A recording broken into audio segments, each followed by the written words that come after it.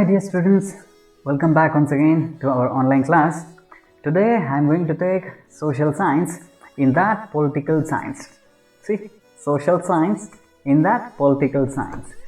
Yes students, here the first chapter, the problems of India and their solutions. See, India means, when we look at India, it's highly active and it's big bundles of the problems. Okay, like this, so many problems. And at the same time, India means such a power, it can give solution to any problems.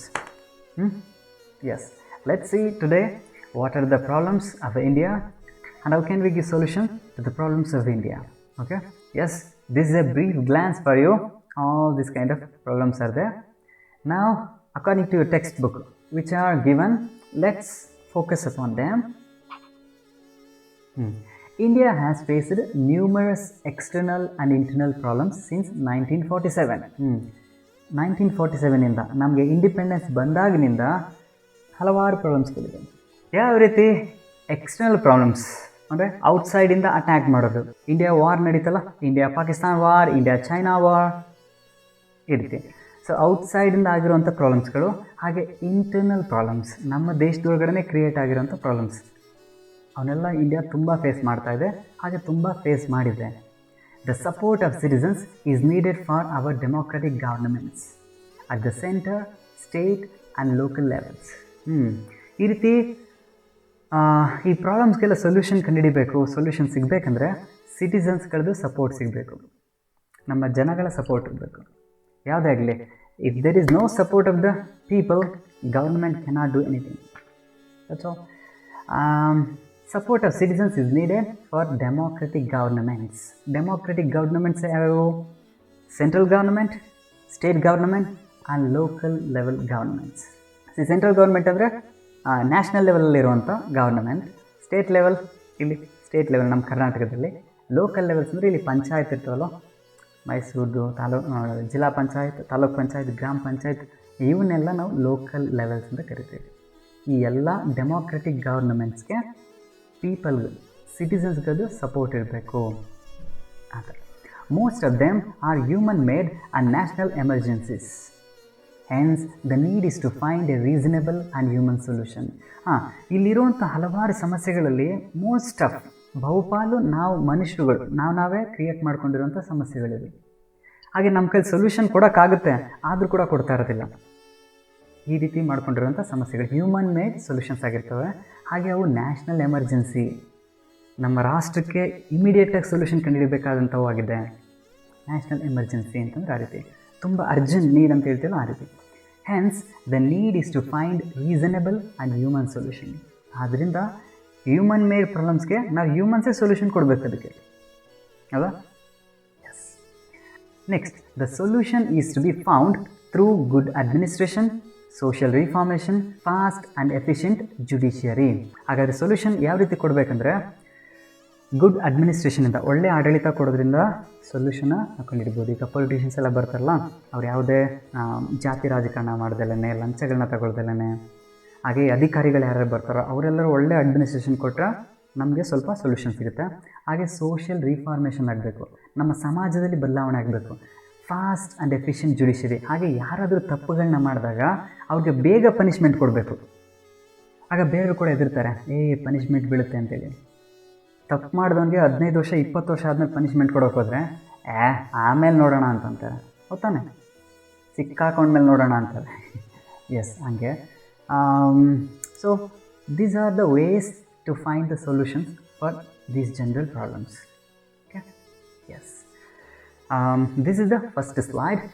Next ಸ್ಲೈಡ್ನಲ್ಲಿ particular one by one ನೋಡೋಣ. Yes. So yes, one by one ಯಾವ್ಯಾವ problems, ಅವುಗಳ solutions ಏನೆಂತ ನೋಡೋಣ. So ಇನ್ಮೇಲಿಂದ one by one problems ನೋಡೋಣ, ಹಾಗೆ ಅವುಗಳಿಗೆ ಸೊಲ್ಯೂಷನ್ಸ್ ನೋಡ್ತಾ ಹೋಗೋಣ. ಓಕೆ, ಪ್ರಾಬ್ಲಮ್ಗೆ ಸೊಲ್ಯೂಷನ್ಸ್ ಆ ರೀತಿ. ಅನ್ಎಂಪ್ಲಾಯ್ಮೆಂಟ್, ನೋಡಿ, ನೀಡ್ ವರ್ಕ್, ಕೆಲಸ ಬೇಕಾಗಿದೆ. ಹೀಗೆ ಒಂದು ಜಾಬ್ ಫೇರ್, ಉದ್ಯೋಗ ಮೇಳ ಅಂತ ಕರಿತೀವಿ. ಜನಗಳು, ಅದರಲ್ಲೂ ಸ್ಪೆಷಲಿ ಈ ಕಾಲೇಜ್ ಹುಡುಗರುಗಳು, ಕಾಲೇಜ್ ಮುಗಿಸಿರುವಂಥವ್ರು ನುಗ್ಗುತ್ತಾ ಇದ್ದಾರೆ, ಕೆಲಸ ಬೇಕು ಅನ್ನೋ ಥರ. ಎಷ್ಟು ಕಷ್ಟಪಡ್ತಾ ಇದ್ದಾರಲ್ಲ. ಹಾಗೆ ಸ್ಪೆಷಲಿ ನಾನು ಜಾಬ್ ಅನ್ನೋ ವಿಚಾರ ಬಂದಾಗ ಹುಡುಗರ ಕಡೆ ತುಂಬ ನೋಡ್ತೀನಿ. ಯಾಕಂತಂದರೆ ಒಂದು ಹುಡುಗಿಯಾಗಿ ಚೆನ್ನಾಗಿ ಓದಬೇಕು, ಕೆಲಸ ತಗೋಬೇಕು, ಅವ್ರ ಕಾಲ ಮೇಲೆ ಅವ್ರು ನಿಲ್ಬೇಕು, ಓಕೆ ವೆರಿ ಗುಡ್, ಆ ರೀತಿ ಮಾಡೋದು ಒಳ್ಳೆಯದು. ಆದರೆ ಒಂದು ಹುಡುಗ ಆಗಿ ಆ ರೀತಿ ಮಾಡಲಿಲ್ಲ ಅಂತ ಅಂದ್ಕೊಳ್ರಿ, ಚೆನ್ನಾಗಿ ಓದಿ ಒಂದು ಜಾಬ್, ಅವನದೇ ಆದ ಒಂದು ಜಾಬ್ ರೀತಿ, ಅವನದೇ ಆದ ಪ್ರೈವೇಟ್, ಅವನದೇ ಆದ ಓನ್ ಬಿಸ್ನೆಸ್ ಇರ್ಬೋದು, ಅಥವಾ ಬೇರೆ ಗೌರ್ಮೆಂಟ್ ಏನಾದ್ರು ಸರಿ, ಯಾವುದಾದ್ರೂ ಒಂದು ಲೈಫ್ನ ಅವ್ನು ಸೆಟಲ್ ಮಾಡ್ಕೋಬೇಕು. ಯಾಕೆಂದರೆ ಹುಡುಗಿ ಆಗಿದ್ದು ಬೇಕಾದ್ರೆ ಮನೇಲಿ ಅಡುಗೆ ಮಾಡಿಕೊಂಡು ಮನೆ ಒಳಗಡೆ ಕಾಲ ಕಳಿಬೋದು. ಬಟ್ ಹುಡುಗ ಮನೇಲಿ ಅಡುಗೆ ಮಾಡ್ಕೊಂಡು ಮನೆ ಒಳಗಡೆ ಇರ್ತೀನಿ ಅಂತ ಅನ್ನೋಕ್ಕಾಗಲ್ಲ. ಎಸ್, ಹಾಗೆ ಅಕ್ಕಪಕ್ಕದ ಮನೆಯವರು, ಅವ್ರೂರವರು ಎಲ್ಲ ಟೀಸ್ ಮಾಡೋರೇ ಆಗಿಬಿಡ್ತಾರೆ. ಏನು ಮಾಡ್ತಾಯಿದ್ಯಾ, ಏನು ಕೆಲಸ ಮಾಡ್ತಾಯಿದ್ಯಾ, ಮಾತಾಡ್ತಾರೆ ಸಾಕು ಅದನ್ನೇ ಕೇಳೋದು. ಒಂದು ಕಾಲೇಜ್ ಲೆವೆಲ್ ಹೋಗೋವರೆಗೂ ಏನು ಓದ್ತಾ ಇದೆ ಅಂತಾರೆ. ಕಾಲೇಜ್ ಮುಗಿತು ಅಂದ್ಕೊಳ್ರಿ, ನೆಕ್ಸ್ಟ್ ನಿಮಗೆ ಸ್ಟಾರ್ಟ್ ಇನ್ನು ಏನು ಕೆಲಸ ಮಾಡ್ತಾಯಿದ್ಯಾ, ನೆಂಟರು ಬರಲಿ ಅದನ್ನೇ ಕೇಳೋದು. ಏನು ಕೆಲಸ ಮಾಡ್ತಾಯಿದ್ಯಾ, ಊರವರಾಗಲಿ ಅದನ್ನೇ ಕೇಳ್ತಾರೆ. ಓಕೆನಾ, ಮನೆ ಒಳಗಡೆ ಇರೋಕ್ಕಾಗಲ್ಲ, ಹಂಗೆ ಆಗಿಬಿಡುತ್ತೆ. So that's why I give more punishment for the boys. ಅದಕ್ಕೆ ಬಾಯ್ಸ್ಗಳಿಗೆ ಜಾಸ್ತಿ ಹೊಡೆಯೋದು ಯಾಕೆಂದರೆ ಚೆನ್ನಾಗಿ ಓದ್ರಿ, your life is so danger, ನಿಮ್ಮ ಲೈಫೇ ತುಂಬ ಡೇಂಜರ್ ಆಗಿರೋದು. ನೆಕ್ಸ್ಟ್ ಏನಂತಂದರೆ ಓದೆಲ್ಲ ಮುಗಿಯುತ್ತೆ, ಜಾಬ್ ಇರಲ್ಲ ಅಂದ್ಕೊಳ್ರಿ, ನೆಕ್ಸ್ಟ್ ಶೇವಿಂಗ್ ಮಾಡ್ಸೋಕ್ಕೆ ಅಪ್ಪ ಶೇವಿಂಗ್ ಮಾಡಿಸ್ಬೇಕು ದುಡ್ಡು ಕೊಡು 100 ರೂಪಾಯಿ ಅನ್ನಂಗೆ ಆಗುತ್ತೆ. ಬೇಕಾ ಜೀವನ? So don't go for that kind of life. So study well and get your life. So ನೋಡೋಣ, ಈ ರೀತಿ ಜಾಬ್ ಅನ್ನೋದು ತುಂಬ ಇಂಪಾರ್ಟೆಂಟ್. ಅವ್ರ ಲೈಫನ್ನು ಅವ್ರು ನೋಡ್ಕೋಬೇಕಾಗುತ್ತೆ, ಕೆಲವೊಮ್ಮೆ ಅವ್ರು ಡಿಪೆಂಡೆಂಟ್ ಆಗಿರೋಂಥ ಫ್ಯಾಮಿಲಿನ ಸಾಕಬೇಕಾಗಿರುತ್ತೆ. ಸೊ ಅನ್ಎಂಪ್ಲಾಯ್ಮೆಂಟ್ ಅನ್ನೋದು ನಮ್ಮ ಇಂಡಿಯಾದಲ್ಲಿ ತುಂಬ ಜಾಸ್ತಿ ಇದೆ, ಅದ್ರ ಬಗ್ಗೆ ಇರೋಂಥ ಸಮಸ್ಯೆ. ಸೊ ಅದ್ರ ಬಗ್ಗೆ ಒಂದು ವಿಡಿಯೋ ತೋರಿಸ್ತೀನಿ ನೋಡಿ. ಕೆಲಸ ಇಲ್ಲದೇ ಡಿಗ್ರಿ ಓದಿರೋರು, MA ಓದಿರೋರು, PhD ಓದಿರೋರೆಲ್ಲ ಎಂತೆಂಥ ಕಷ್ಟಪಡ್ತಾ ಇದ್ದಾರಂತ. ಓಕೆ, ಎಂತೆಂಥ ಕೆಲಸಗಳಿಗೆ ಅಪ್ಲೈ ಮಾಡ್ತಾ ಇದ್ದಾರಂತ. ಒಂದು ಜಾಬ್ ಕೊಟ್ಟರೆ ಸಾಕಪ್ಪ ಅನ್ನೋ ಮಟ್ಟಕ್ಕಾಗಿದ್ದಾರೆ ನೋಡಿ. ಒಂದು ವಿಡಿಯೋ ಇದೆ, ಹುಡುಗರು ಕೆಲಸಕ್ಕೋಸ್ಕರ ಎಷ್ಟು ಕಷ್ಟಪಡ್ತಾರೆ ಅನ್ನೋದನ್ನ. ಓಕೆ, ವಾಚ್ ದಾಟ್. नेता काले धन पर सफाई दे नहीं रहे और देश का युवा नाले में करने में जुटा है। सियासत बिना डिग्री के भी डिगती नहीं, युवा सिर पर डिग्री रखकर नालों में डूब रहा है। जब सिस्टम पढ़े लिखे युवाओं के हाथ में नौकरियां नहीं दे पाता तो उन्हें हाथ में झाड़ू उठाना पड़ता है। जब सरकारों का हाथ देश की जरूरतों के साथ नहीं रहता तो युवाओं के हाथ में नाले नालियों की गंदगी ही रह जाती है। जब सिस्टम अपने रोजगार के कमल नहीं खिला पाता तो युवाओं के कर कमलों में कीचड़ लग जाता है। जब समाजवाद की साइकिल का पहिया वादों के स्टैंड पर खड़ा खड़ा घूमता रहता है तो युवाओं की उम्मीदें पंचर हो जाया करती हैं। मुरादाबाद से आई ये तस्वीरें देश की लगभग हर बड़ी सियासी पार्टी की हार की तस्वीरें हैं, क्योंकि जब देश के पढ़े लिखे डिग्री धारक युवाओं के पास कोई नौकरी नहीं होती तो वो सफाई कर्मी बनने से भी पीछे नहीं हटते। मुरादाबाद में कॉन्ट्रैक्ट पर काम करने वाले सफाई कर्मियों के 1083 पद खाली हैं। इन पदों पर नगर निगम को करीब 60,000 आवेदन मिले हैं। काम छोटा या बड़ा नहीं होता, लेकिन अफसोस इस बात का है कि इस पद के लिए आवेदन करने वालों में ग्रेजुएट, पोस्ट ग्रेजुएट और यहाँ तक इंजीनियरिंग की डिग्री हासिल कर चुके युवा भी। ಎಸ್, ನೋಡಿದ್ರಲ್ಲ ಹುಡುಗರ ಜೀವನ ಎಷ್ಟು ಕಷ್ಟ ಇದೆ, ಎಷ್ಟು ಕಷ್ಟಪಡ್ತಾ ಇದ್ದಾರಂತ. That's why study well and make your own position. Yes, let's see the definition according to your textbook now. Unemployment is a situation where a person does not find work in accordance to his capacity or qualification. See, ಇದು definition, ಇದನ್ನು ನೆನ್ಪಿಟ್ಕೋಬೇಕು ನೀವು. Unemployment ಅಂದರೆ ಏನು ಅಂತ ಕೇಳ್ತಾರೆ. What you mean by unemployment? ಅವಾಗ ಇದನ್ನು ಬರೀಬೇಕು. Unemployment is a situation where a person does not find work in accordance to his capacity or qualification. ಒಬ್ಬ ವ್ಯಕ್ತಿ ಅವನ ಕ್ವಾಲಿಫಿಕೇಷನ್ ತಕ್ಕಂತೆ, ಅವನು ಓದಿರೋ ಎಜುಕೇಷನ್ ಇರ್ತಲ್ಲ ಅದ್ರ ತಕ್ಕಂತೆ, ಅಥವಾ ಅವನ ಕೆಪಾಸಿಟಿಗೆ ತಕ್ಕಂತೆ ಕೆಲಸ ಸಿಗಲ್ವಲ್ಲ, ಅದನ್ನು ನಾವು ಅನ್ಎಂಪ್ಲಾಯ್ಮೆಂಟ್ ಅಂತ ಕರಿತೀವಿ. ಅವ್ರ ಕ್ವಾಲಿಫಿಕೇಷನ್ ತಕ್ಕಂತೆ ಅಥವಾ ಅವ್ರ ಕೆಪಾಸಿಟಿಗೆ ತಕ್ಕಂತೆ ಜಾಬ್ ಸಿಗದೇ ಇದ್ದರೆ ಅದನ್ನು ನಾವು ಅನ್ಎಂಪ್ಲಾಯ್ಮೆಂಟ್ ಅಂತ ಕರಿತೀವಿ. Okay, next, India has A huge population. ಇಂಡಿಯಾದಲ್ಲಿ ಜನಸಂಖ್ಯೆ ತುಂಬ ಜಾಸ್ತಿ ಇದೆ, ಅದಕ್ಕೋಸ್ಕರ ಅನ್ಎಂಪ್ಲಾಯ್ಮೆಂಟ್ ಇದೆ. ಎಲ್ಲರಿಗೂ ಕೆಲಸ ಕೊಡೋಕ್ಕಾಗಲ್ಲ, ಅದಕ್ಕೋಸ್ಕರ. And it is a big national problem. ನಮ್ಮ ದೇಶಕ್ಕೆ ಇದೊಂದು ದೊಡ್ಡ ಸಮಸ್ಯೆ. ರೀಸನ್ಸ್ ಫಾರ್ ಅನ್ಎಂಪ್ಲಾಯ್ಮೆಂಟ್, ಹಾಗಾದರೆ ರೀಸನ್ಸ್ ಯಾವ್ದು ಅಂತ ನೋಡೋಣ. ಓವರ್ ಪಾಪ್ಯುಲೇಷನ್, ಅದೇ ಅತಿ ಹೆಚ್ಚು ಜನಸಂಖ್ಯೆ ಇರೋದು. ಇಂಪ್ರೂವ್ಡ್ ಟೆಕ್ನಾಲಜಿ, ಹಾಗೆ ಟೆಕ್ನಾಲಜಿಗಳು, ಫ್ಯಾಕ್ಟ್ರಿಗಳು, ಮಷಿನ್ಸ್ಗಳು ಜಾಸ್ತಿ ಬಂದಿದೆಯಲ್ಲ, 10 ಜನ 20 ಜನ ಕೆಲಸ ಮಾಡಿದಾಗ ಒಂದು ಕಂಪ್ಯೂಟರ್ ಕೆಲಸ ಮಾಡುತ್ತೆ. ಹಾಗೆ 100 ಜನ ಕೆಲಸ ಮಾಡಿದ್ರೆ ಒಂದು JCB ಹಿಟಾಚಿ ಅವು ಕೆಲಸ ಮಾಡಿ ಮುಗಿಸುತ್ತೆ. ಹೀಗಾಗಿ ಅನ್ಎಂಪ್ಲಾಯ್ಮೆಂಟ್ ಜಾಸ್ತಿ ಆಗಿದೆ. ಶಾರ್ಟೇಜ್ ಆಫ್ ನ್ಯಾಚುರಲ್ ರಿಸೋರ್ಸಸ್, ನೇಚರ್ನಿಂದ ಸಿಗುವಂಥ ರಿಸೋರ್ಸ್ಗಳು ಕೂಡ ಕಡಿಮೆ ಆಗಿದೆ. ಓವರ್ ಡಿಪೆಂಡೆನ್ಸಿ ಆಫ್ ಅಗ್ರಿಕಲ್ಚರ್, ನಮ್ಮ ಜನಗಳು ಜಾಸ್ತಿ ಏನು ಮಾಡಿದ್ದಾರೆ ಅಂದರೆ ಅಗ್ರಿಕಲ್ಚರ್ ಮೇಲೆ ಡಿಪೆಂಡ್ ಆಗಿದ್ದಾರೆ. ನೋಡಿ, ಅಗ್ರಿಕಲ್ಚರ್ನಲ್ಲಿ ಎಲ್ಲ ಸೀಸನಲ್ಲೂ ಕೂಡ ಕೆಲಸ ಸಿಗಲ್ಲ. ಮಳೆ ಬಂದಾಗ ಹಾಗೆ ಬೇರೆ ಬೇರೆ ಏನಾದರೂ ವರ್ಕ್ ಇದ್ದಾಗ ಕೆಲಸ ಸಿಗುತ್ತೆ, ಇಲ್ಲಾಂದರೆ ಕೆಲಸ ಸಿಗಲ್ಲ. ಓಕೆನಾ? ಎಸ್. ಹಾಗೆ next ruined cottage industries. Cottage industry ಅಂತಂದರೆ ಈ ಮನೆಗಳಲ್ಲಿ ಬುಟ್ಟಿ ಎಣೆದು ಮಡಕೆ ಮಾಡೋದು ಇವೆಲ್ಲ ಮಾಡ್ತಾರಲ್ವ, ಮ್ಯಾಟ್ಗಳನ್ನ ಎಣೆಯೋದು, ಇವುಗಳನ್ನ ನಾವು ಕಾಟೇಜ್ ಇಂಡಸ್ಟ್ರೀಸ್ ಅಂತ ಕರಿತೀವಿ. ಈ ಕಾಟೇಜ್ ಇಂಡಸ್ಟ್ರಿಗಳೆಲ್ಲ ಏನಾಗಿದೆ ಅಂದರೆ ನಾಶ ಆಗ್ತಾ ಇದೆ, ರುಯಿನ್ಡ್ ಆಗಿದೆ. ಇವುಗಳು ಕೂಡ ರೀಸನ್ಸ್. ಯಾಕಂದರೆ ಅವ್ರ ಕೈಲಿ ಕಾಂಪಿಟೇಷನ್ ಕೊಡೋಕ್ಕಾಗ್ತಾಯಿಲ್ಲ ದೊಡ್ಡ ದೊಡ್ಡ ಇಂಡಸ್ಟ್ರಿಗಳ ಜೊತೆಯಲ್ಲಿ. ಎಸ್. ಈ ಒಳ್ಳೆ ಸ್ಟೈನ್ಲೆಸ್ ಸ್ಟೀಲ್ಸ್ಗಳ ಪಾತ್ರೆಗಳೆಲ್ಲ ಬಂದಿರೋನಾಗ ಮಡಕೆನ ಯಾರು ಜಾಸ್ತಿ ಕೊಂಡ್ಕೊತಾರೆ. ಸೊ ಹಿಂಗಾಗಿ ಈ ಕಾಟೇಜ್ ಇಂಡಸ್ಟ್ರಿಗಳೆಲ್ಲ ಹಾಳಾಗ್ತಾಯಿದೆ. Lack of skill based education, ಹಾಗೆಯೇ ಸ್ಕಿಲ್ ಇರುವಂಥ ಎಜುಕೇಷನ್ನ ಕೊಡ್ತಾಯಿಲ್ಲ. ಸುಮ್ಮನೆ ಪುಸ್ತಕ ತೊಗೊಂಡು ಓದಿ ಏನೋ ಎಜುಕೇಷನ್ ಕೊಡ್ತಾಯಿದ್ದೀವಿ ನಾವು, ಹೌದಲ್ವ? ಒಂದು ವರ್ಷ ಪೂರ್ತಿ ಬುಕ್ಸ್ ಓದ್ತಾರೆ ಮಕ್ಕಳು, ಹೋಗಿ ಎಕ್ಸಾಮಲ್ಲಿ ಬರೀತಾರೆ. ಬಟ್ ಅದ್ರ ಬದಲಿಗೆ ಅದೇ ಚೈನಾ ಮತ್ತು ಜಪಾನ್ನಲ್ಲಿ ನೋಡಿದ್ರೆ ಓದುವಂಥ ಹೈಸ್ಕೂಲ್ ಲೆವೆಲ್ನಲ್ಲೇ ಏನು ಮಾಡ್ತಾರೆ ಅಂದರೆ ಅವ್ರಿಗೇನಾದರೂ ಈ ಮಷಿನ್ಸ್ಗಳನ್ನ ರಿಪೇರಿ ಮಾಡೋದು, ಓಕೆನಾ, ಇಲ್ಲ ಕಂಪ್ಯೂಟ್ರ್ ರಿಪೇರಿ ಮಾಡೋದು, ಕಂಪ್ಯೂಟ್ರ್ ಆಪ್ರೇಟಿಂಗ್ ಮಾಡೋದು, ಅಥವಾ ಇಲ್ಲಾಂದರೆ ಆರ್ಟ್ ಆ್ಯಂಡ್ ಕ್ರಾಫ್ಟನ್ನ ಕಲಿಸ್ಕೊಡೋದು. ಆರ್ಟ್ ಆ್ಯಂಡ್ ಕ್ರಾಫ್ಟನ್ನ ಮಾಡಿ ಅದರಿಂದ ಗೊಂಬೆಗಳ ಥರ ಮಾಡೋದು, ಏನೇನೋ ಆ ರೀತಿ ಮಾಡಿ ದುಡ್ಡನ್ನು ಸಂಪಾದನೆ ಮಾಡೋದು. ಒಂದು ಕಡೆ ಓದ್ತಾ ಇರಬೇಕು, ಇನ್ನೊಂದು ಕಡೆ ಕೆಲಸನೂ ಕೂಡ ಮಾಡ್ತಾ ಇರಬೇಕು. ಮಾರ್ನಿಂಗಿಂದ ಆಫ್ಟರ್ನೂನ್ವರೆಗೆ ಸ್ಟಡಿ ಮಾಡಿಸ್ತಾರೆ, ಓದಿಸ್ತಾರೆ. ಆಫ್ಟರ್ನೂನಿಂದ ಈವ್ನಿಂಗ್ವರೆಗೆ ಕೆಲಸ ಕೊಡ್ತಾರೆ.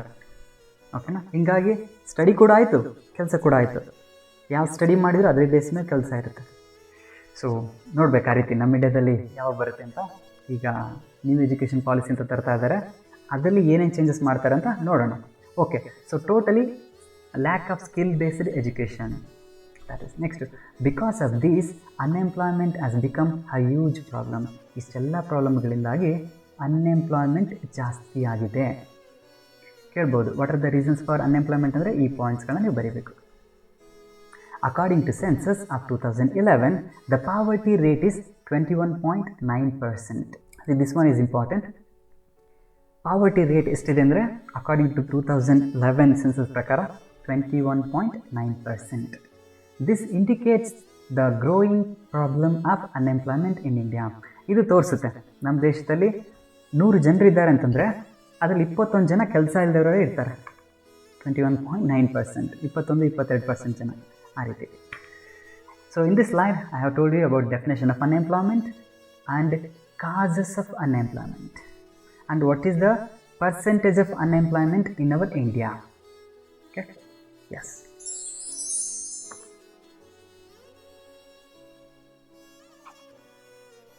Next, to solve the poverty related issues. Okay, ನೋಡಿ ಈ ಸ್ಲೈಡ್ನಲ್ಲಿ ನಾನು ಅನ್ಎಂಪ್ಲಾಯ್ಮೆಂಟ್ನಿಂದಾಗಿ ಪಾವರ್ಟಿ ಕೂಡ ಹೆಚ್ಚಾಗಿದೆ ಅಂತ ಹೇಳಿದೆ, ಹೌದಲ್ವಾ? ಎಸ್. ಹಾಗಾದರೆ ಆ ಪಾವರ್ಟಿನ ಸಾಲ್ವ್ ಮಾಡೋಕ್ಕೆ ಇರುವಂಥ ಮೆಷರ್ಸ್ಗಳೇನೇನು ಅದ್ರ ಬಗ್ಗೆ ನೋಡಿ. ಆ ಪಾವರ್ಟಿ ಸಾಲ್ವ್ ಮಾಡೋಕ್ಕೆ ಇರುವಂಥ ಮೆಷರ್ಸ್ಗಳ್ಯಾವ್ಯಾವು, ಇಶ್ಯೂಸ್ಗಳ್ಯಾವು ಅಂತ. ಎಸ್. ಸಿ MG ನರೇಗಾ ಅಂತ ಕೇಳಿದ್ದೀರಾ, ಮಹಾತ್ಮ ಗಾಂಧಿ ನರೇಗಾ ಎಂಪ್ಲಾಯ್ಮೆಂಟ್ ಅದ್ರ ಬಗ್ಗೆಲ್ಲ ಎಸ್ ನೋಡಿ. ಅದ್ರ ಪ್ರಕಾರ ಏನಂತಂದರೆ ಯಾವುದೇ ಮಷಿನ್ಸ್ಗಳನ್ನ ಯೂಸ್ ಮಾಡಬಾರ್ದು. ಜನಗಳಿಗೆ ಅಟ್ಲೀಸ್ಟ್ 1 ವರ್ಷದಲ್ಲಿ 100 ದಿನಗಳ ಸರಿ ಗೌರ್ನಮೆಂಟ್ ಕೆಲಸ ಕೊಡಬೇಕು ಅವ್ರಿಗೆ. ಓಕೆ, ಈ ಪಂಚಾಯತ್ಗಳು ಅವರೆಲ್ಲ ಇರ್ತಾರಲ್ಲ ಅವರ ಸರಿ ಕೆಲಸ ಕೊಡಬೇಕು. ಏನು ಮಾಡೋದು, ಎಲ್ಲಿ ಕೆಲಸ ಕೊಡೋದು ಅವ್ರಿಗೆ? ಅಟ್ಲೀಸ್ಟ್ ಕೆರೆಗಳಿರ್ತಲ್ಲ, ಕೆರೆಗಳಲ್ಲಿ ಹೂಳೆತ್ತೋದು ಆಗಿರ್ಬೋದು, ಅಥವಾ ಮೈದಾನಗಳನ್ನ ಮಾಡೋದಾಗಿರ್ಬೋದು. ಒಟ್ಟು ಏನಾರ ಇರಿ ಕೆಲಸನ ಹುಡುಕಿ ಅವರು ಕೆಲಸನ ಕೊಡಬೇಕು. ಇದು ಗೌರ್ನಮೆಂಟ್ನ ಜವಾಬ್ದಾರಿ. ಓಕೆ, ಗೌರ್ನಮೆಂಟ್ ಹೇಳಂಗಿಲ್ಲ ನಿಮ್ಮ ಕೆಲಸ ನಾನೇನ್ರಿ ಮಾಡಲಿ ಅಂತ ಗೌರ್ನಮೆಂಟ್ ಹೇಳಂಗಿಲ್ಲ. ಗೌರ್ನಮೆಂಟ್ ಆ ರೆಸ್ಪಾನ್ಸಿಬಿಲಿಟಿನ ತಗೋಬೇಕು. ಅದನ್ನೇ ಈ MG ನರೇಗಾ ಅಂತ ಕರಿತೀವಿ. MG NREGA, Mahatma Gandhi national rural employment guarantee. So ಈ ರೀತಿ ನೋಡೋಣ. Both the central and state governments have taken various measures to generate employment for people. Yes, central government ಹಾಗೆ ಸ್ಟೇಟ್ ಗೌರ್ನಮೆಂಟ್, ನಮ್ಮ ಕರ್ನಾಟಕ ಗೌರ್ನಮೆಂಟ್, ಅವರೆಲ್ಲ ಎಷ್ಟೊಂದು ಮೆಥಡ್ಸ್ಗಳನ್ನ, ಎಷ್ಟೊಂದು ಐಡಿಯಾಸ್ಗಳನ್ನ ತೊಗೊಂಡಿದ್ದಾರೆ. ಏನಾದರೂ ಮಾಡಿ ಜನಗಳಿಗೆ ಎಂಪ್ಲಾಯ್ಮೆಂಟ್ ಜಾಸ್ತಿ ಮಾಡಬೇಕಂತ. ಓಕೆನಾ? Yes. Next, steps have been taken to improve the skill level of the job seekers so that they can have better access to employment.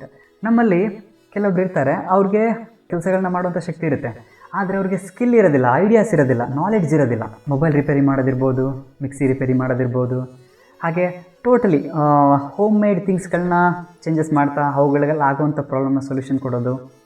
ಎಷ್ಟು ಜನ ಇರ್ತಾರೆ, ಒಂದು ಬುಕ್ ಇಟ್ಕೊಂಡು ಬರ್ಕೊತಾ ಹೋಗ್ತಾ ಇರ್ತಾರೆ ಲೆಕ್ಕಗಳ ರೀತಿ, ಬಟ್ ಅದ್ರ ಬದಲಿಗೆ ಕಂಪ್ಯೂಟರ್ ಕಲ್ತಿರೋದು, ಇದೆಲ್ಲ ಸ್ಕಿಲ್ ಲೆವೆಲ್ ಅಂತ ಕರಿತೀವಿ.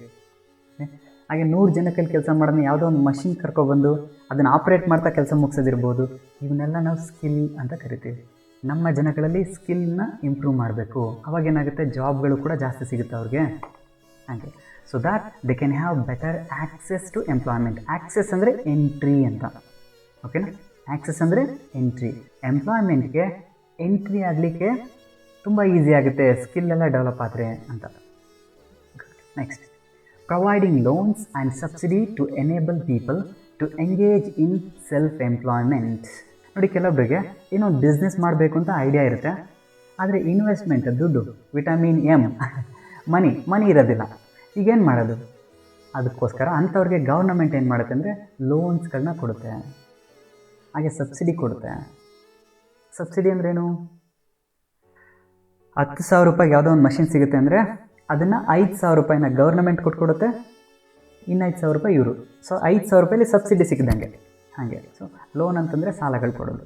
ಸೊ ಗೌರ್ನಮೆಂಟಿಂದ ಲೋನ್ಗಳನ್ನ ಕೊಡೋದು, ಸಬ್ಸಿಡಿ ಕೊಡೋದ್ರಿಂದ ಸೆಲ್ಫ್ ಎಂಪ್ಲಾಯ್ಮೆಂಟ್ನ ನಾವು ಜಾಸ್ತಿ ಮಾಡ್ಬೋದು. ಸ್ವಂತ ಓನ್ ಬಿಸ್ನೆಸ್ ಮಾಡ್ತಾರಲ್ಲ, ಅದನ್ನು ಕೂಡ ನಾವು ಜಾಸ್ತಿ ಮಾಡಿಸ್ಬೋದು. ಓಕೆ, ಹೀಗಾಗಿ ಇವೆಲ್ಲ ಏನು ಮಾಡ್ತವೆ ಅಂದರೆ ಸೊಲ್ಯೂಷನ್ಸ್, ಪಾವರ್ಟಿನ ಕಡಿಮೆ ಮಾಡೋಕ್ಕೆ.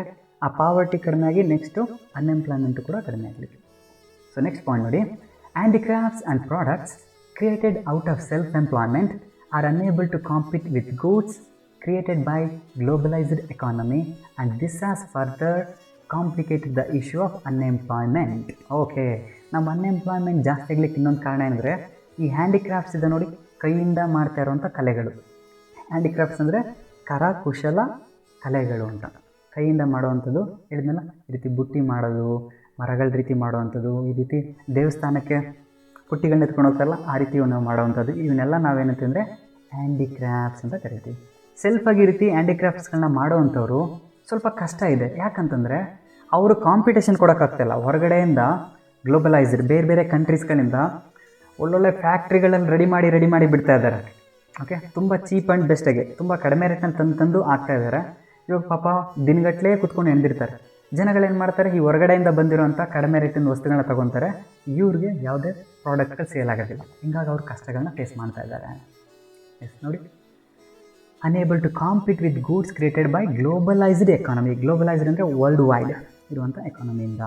And this has further complicated the issue of unemployment. ಅದೇ ಇಲ್ಲಿ ಏನು ಮಾಡಿದೆ, ಇನ್ನೂ ಹೆಚ್ಚಿನ ಕಾಂಪ್ಲಿಕೇಶನ್ನ ತಂದಿದೆ. ಸೊಲ್ಯೂಷನ್ಸ್ ನೋಡೋಣ. To inculcate world class skill to our people so that they compete with globalized production. ಹಾಗಾದರೆ ಸೊಲ್ಯೂಷನ್ಸ್ ಏನು ಇವ್ರಿಗೆ? ಅವರ ಸ್ಕಿಲ್ ಲೆವೆಲ್, ನಾನು ಆಲ್ರೆಡಿ ಮೊದಲೇ ಪಾಯಿಂಟ್ ಹೇಳಿದೆ. ಸೊ 2 ಪಾಯಿಂಟ್ ಒಂದಕ್ಕೊಂದು ರಿಲೇಷನ್ಸ್ ಬರುತ್ತೆ. ಸೊ ತೊಂದರೆ ಇಲ್ಲ, ನೀವೆಲ್ಲ ಯೂಸ್ ಮಾಡ್ಬೋದು. ಓಕೆ, ವರ್ಲ್ಡ್ ಕ್ಲಾಸ್ ಸ್ಕಿಲ್ಲನ್ನು ನಾವು ಡೆವಲಪ್ಮೆಂಟ್ ಮಾಡಬೇಕು ಜನರಲಿ. ಸೊ ಸ್ಕಿಲ್ ಡೆವಲಪ್ಮೆಂಟ್ ಬಗ್ಗೆ ಒಂದು ವಿಡಿಯೋ ಇದೆ, ತೋರಿಸ್ತೀನಿ ಈ ಸ್ಲೈಡ್ ಮುಗಿದಾದ್ಮೇಲೆ. ನಮ್ಮ ಭಾರತ ಸರ್ಕಾರ ನಮ್ಮ ಜನರಲಿ ಸ್ಕಿಲ್ಲನ್ನು ಡೆವಲಪ್ಮೆಂಟ್ ಮಾಡೋಕ್ಕೋಸ್ಕರ ಯಾವ್ಯಾವ ಪ್ಲ್ಯಾನ್ನ ತಂದಿದೆ ಅನ್ನೋದ್ರ ಬಗ್ಗೆ ಒಂದು ವಿಡಿಯೋ ಸಾಂಗ್ ಥರ ಇದೆ, ಅದು ನೋಡಿದ್ರಿ. To inculcate world class skill to our people so that they can compete with globalized productions. ನಮ್ಮ ಜನರಲಿ ವರ್ಲ್ಡ್ ಕ್ಲಾಸ್ನಲ್ಲಿರುವಂಥ ಸ್ಕಿಲ್ಲನ್ನು ನಾವು ಕಲಿಸ್ಕೊಡ್ಬೇಕು. ಅದು ಮಷಿನ್ಸ್ಗಳನ್ನ ಯೂಸ್ ಮಾಡ್ಕೊಂಡಿರೋದು ಇರ್ಬೋದು, ಅಥವಾ ಕಂಪ್ಯೂಟರ್ಸ್ ಯೂಸ್ ಮಾಡ್ಕೊಂಡಿರ್ಬೋದು. ನೆಕ್ಸ್ಟು ಅವಾಗ ಆ ರೀತಿ ಕಲಿಸ್ಕೊಟ್ರೆ ಅವ್ರು ಏನು ಮಾಡ್ತಾರೆ, ಕಾಂಪಿಟೇಷನ್ ಕೂಡ ರೆಡಿ ಆಗ್ತಾರೆ. Every citizen of the country should be encouraged to indulge. Indulge ಅಂದರೆ ಇನ್ವಾಲ್ವ್ ಅಂತ.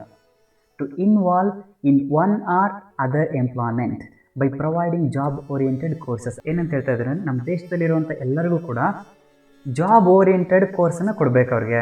ಸುಮ್ಮನೆ ಪುಸ್ತಕ ಓದಿ ಪುಸ್ತಕದ ನಾಲೆಡ್ಜ್ ಜನ ತಗೊಳ್ಳೋವಂಥ ಕೋರ್ಸ್ ಅಲ್ಲ. ಅವ್ರಿಗೆ ಅವ್ರು ಕಲಿಯೋದ್ರಿಂದ ಏನೋ ಒಂದು ವರ್ಕ್ ಸಿಗಬೇಕು. ಅವ್ರಿಗೆ ಏನೋ ಒಂದು ವರ್ಕನ್ನು ಸೆಲ್ಫ್ ಆಗಾರ ಸರಿ ಮಾಡೋ ಥರ ಇರಬೇಕು. ಈ ITI ಡಿಪ್ಲೊಮಾ ಈ ರೀತಿ ಏನಾರು ಇರುತ್ತಲ್ಲ, ಹಾಗೆ ಅವರೇ ಒಂದು ಬಿಸ್ನೆಸ್ನ ನಡೆಸೋ ಥರ, ಅದನ್ನು ನಾವು ಜಾಬ್ ಓರಿಯೆಂಟೆಡ್ ಕೋರ್ಸಸ್ ಅಂತ ಕರಿತೀವಿ. ಆ ರೀತಿ ಇರುವಂಥ ಕೋರ್ಸಸ್ನ ತಗೊಳ್ಳೋಕ್ಕೆ ನಮ್ಮ ಸಿಟಿಸನ್ಸ್ಗೆ ಎಂಕರೇಜ್ಮೆಂಟ್ ಮಾಡಬೇಕು ಅಂತ. ಎಸ್. ಸೊ ಈಗ ನಾನು ನಮ್ಮ ಇಂಡಿಯನ್ ಗೌರ್ಮೆಂಟ್ ಕೆಲವೊಂದು ಪ್ಲ್ಯಾನ್ಗಳನ್ನ ಹಾಕ್ಕೊಂಡಿದೆ, ಸ್ಕೀಮ್ಗಳನ್ನ ತಂದಿದೆ. ಸ್ಕಿಲ್ ಡೆವಲಪ್ಮೆಂಟ್ ಮಾಡಲಿಕ್ಕೆ ಏನೇನು ಪ್ಲ್ಯಾನ್ ಮಾಡಿದೆ ಅದ್ರ ಬಗ್ಗೆ ಒಂದು ವಿಡಿಯೋ ಇದೆ ನೋಡಿ. ನಿಮಗೆ ಸ್ಕಿಲ್ ಅಂದರೆ ಏನು ಅಂದರೆ ಅರ್ಥ ಆಗುತ್ತೆ. ನಮ್ಮ ಇಂಡಿಯನ್ ಗೌರ್ಮೆಂಟ್ ಏನೇನು ಸ್ಕೀಮ್ಗಳನ್ನ ತೊಗೊಂಡಿದೆ, ಜನಗಳು ಯಾವ ರೀತಿ ಸ್ಕಿಲ್ಗಳನ್ನ ಇಂಪ್ರೂವ್ಮೆಂಟ್ ಮಾಡ್ಕೋತಾ ಇದ್ದಾರೆ ಅನ್ನೋದ್ರ ಬಗ್ಗೆ ನಿಮ್ಗೆ ಗೊತ್ತಾಗುತ್ತೆ. Yes, you watch that video. अपने 5 बाहुबल के द्वारा, अपने उंगलियों के हुनर के द्वारा, अपने कौशल्य के द्वारा विश्व का हृदय जीत सके, ऐसे नौजवानों का सामर्थ्य हम तैयार करना चाहते हैं.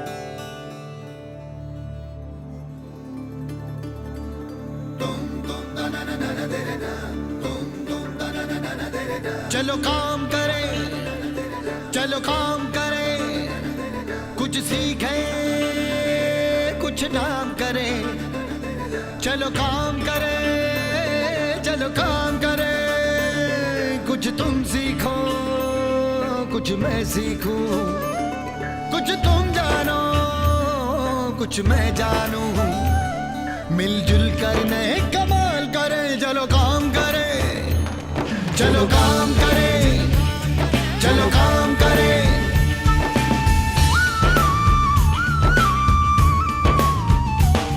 चलो बिजली बनाए, चलो कार बनाए, हंसता खेलता परिवार बनाए.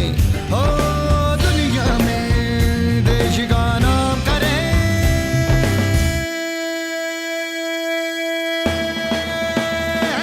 चलो काम करें, चलो काम करें.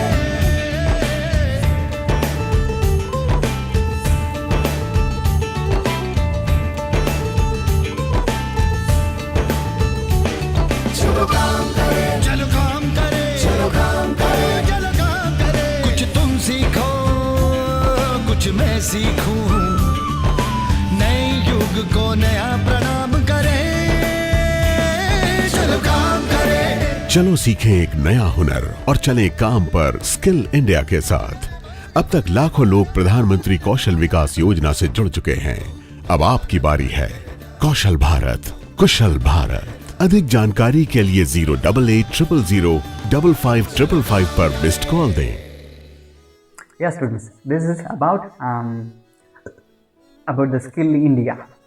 How to improve the skill in the people of India. Our Prime Minister has brought this scheme. They are giving subsidy and loans. It may be men or women. ಯಾರಾದರೂ ಸರಿ ಸ್ವಂತ ಬಿಸ್ನೆಸ್ ಮಾಡ್ತೀವಿ ಅಂದರೆ ಅದು ಹೆಣ್ಮಕ್ಳು ಇರ್ಬೋದು. ನಮ್ಮದೇ ಬಿಸ್ನೆಸ್ ಮಾಡ್ತೀವಿ ಅಂತ ಹೊರಟ್ರೆ ಅವ್ರಿಗೂ ಕೂಡ ಸಬ್ಸಿಡಿ, ಲೋನ್ ಅಂತೆಲ್ಲ ಕೊಡ್ತಾರೆ. Okay, next second problem, that is corruption. Corruption ಅಂದರೆ ಭ್ರಷ್ಟಾಚಾರ, ಲಂಚ ತಗೊಳ್ಳುವಂಥದ್ದು. ನೋಡೋಣ, ಇದ್ರ ಬಗ್ಗೆ ಒಂದು ಡೆಫಿನೇಷನ್ ಹೇಳ್ಬಿಟ್ಟು ನೆಕ್ಸ್ಟ್ ಈ ವಿಡಿಯೋ ಪ್ಲೇ ಮಾಡ್ತೀನಿ ನೋಡಿ. Corruption is another social evil in the public life of India. Now it has spread to all strata of the society. ಇದರ ಅರ್ಥ ಏನಂದರೆ, ಕರಪ್ಷನ್ ಅನ್ನೋದು ಒಂದು ಸೋಷಿಯಲ್ ಈವಿಲ್. ಇದು ಕೂಡ ನಮ್ಮ ಸಮಾಜದಲ್ಲಿರುವಂಥ ಒಂದು ಕೆಟ್ಟ ವ್ಯವಸ್ಥೆ. Social evil in the public life of India. ನಮ್ಮ ಗೌರ್ನಮೆಂಟ್ ಲೈಫಲ್ಲಿ ಸ್ಪೆಷಲಿ ಇರುವಂಥದ್ದು. ಪ್ರೈವೇಟ್ನಲ್ಲಿ ಯಾರೂ ಆ ರೀತಿ ಲಂಚ ಆ ರೀತಿ ನೋಡೋಕೆ ಹೋಗ್ತಾ ಇರೋದಿಲ್ಲ. ಬಟ್ ಗೌರ್ನಮೆಂಟಲ್ಲಿ ತುಂಬ ಲಂಚಗಳು ನಡೆಯುತ್ತೆ. ಓಕೆ, ಗೌರ್ನಮೆಂಟ್ ಆಫೀಸ್ಗಳಲ್ಲಿ ಸ್ಪೆಷಲಿ ಒಂದು ಫೈಲ್ ಇಲ್ಲಿಂದ ಇನ್ನೊಂದು ಕಡೆ ಫೈಲ್ ಹೋಗ್ಬೇಕಂತಂದರೆ ನೋಡಿ ಇಲ್ಲಿದೆ, corruption means misuse of public authority for personal gain. ನಮ್ಮ ಸ್ವಾರ್ಥಕ್ಕೋಸ್ಕರ ಪಬ್ಲಿಕ್ಕಲ್ಲಿರುವಂಥ ಒಂದು ಅಥಾರಿಟಿ ಏನಿದೆಯೋ, ಪವರ್ ಏನಿದೆಯೋ ಅದನ್ನ ಮಿಸ್ಯೂಸ್ ಮಾಡ್ಕೊಳ್ಳೋದು. ಓಕೆ, ಇಲ್ಲಿ ನೋಡಿ ಒಂದು ವಿಡಿಯೋ ಇದೆ. ಈ ವಿಡಿಯೋದಲ್ಲಿ ಏನಿದೆ ಅಂತಂದರೆ, ಒಬ್ಬ ವ್ಯಕ್ತಿ ಅವನ ಏನೋ ಒಂದು ಫೈಲ್ ಇರುತ್ತೆ, ಅದಕ್ಕೆ ಸೈನ್ ತೊಗೋಬೇಕಾಗಿರುತ್ತೆ, ಅವನು ವರ್ಕ್ ಮುಗಿಬೇಕಾಗಿರುತ್ತೆ. ಟೋಟಲಿ ಒಂದು ಆಫೀಸ್ ಒಳಗಡೆ ಎಂಟ್ರಿ ಆಗ್ತಾನೆ. ಏನಾಗುತ್ತೆ ಅಲ್ಲಿ ಅಂತ ನೋಡಿ. Okay, yes,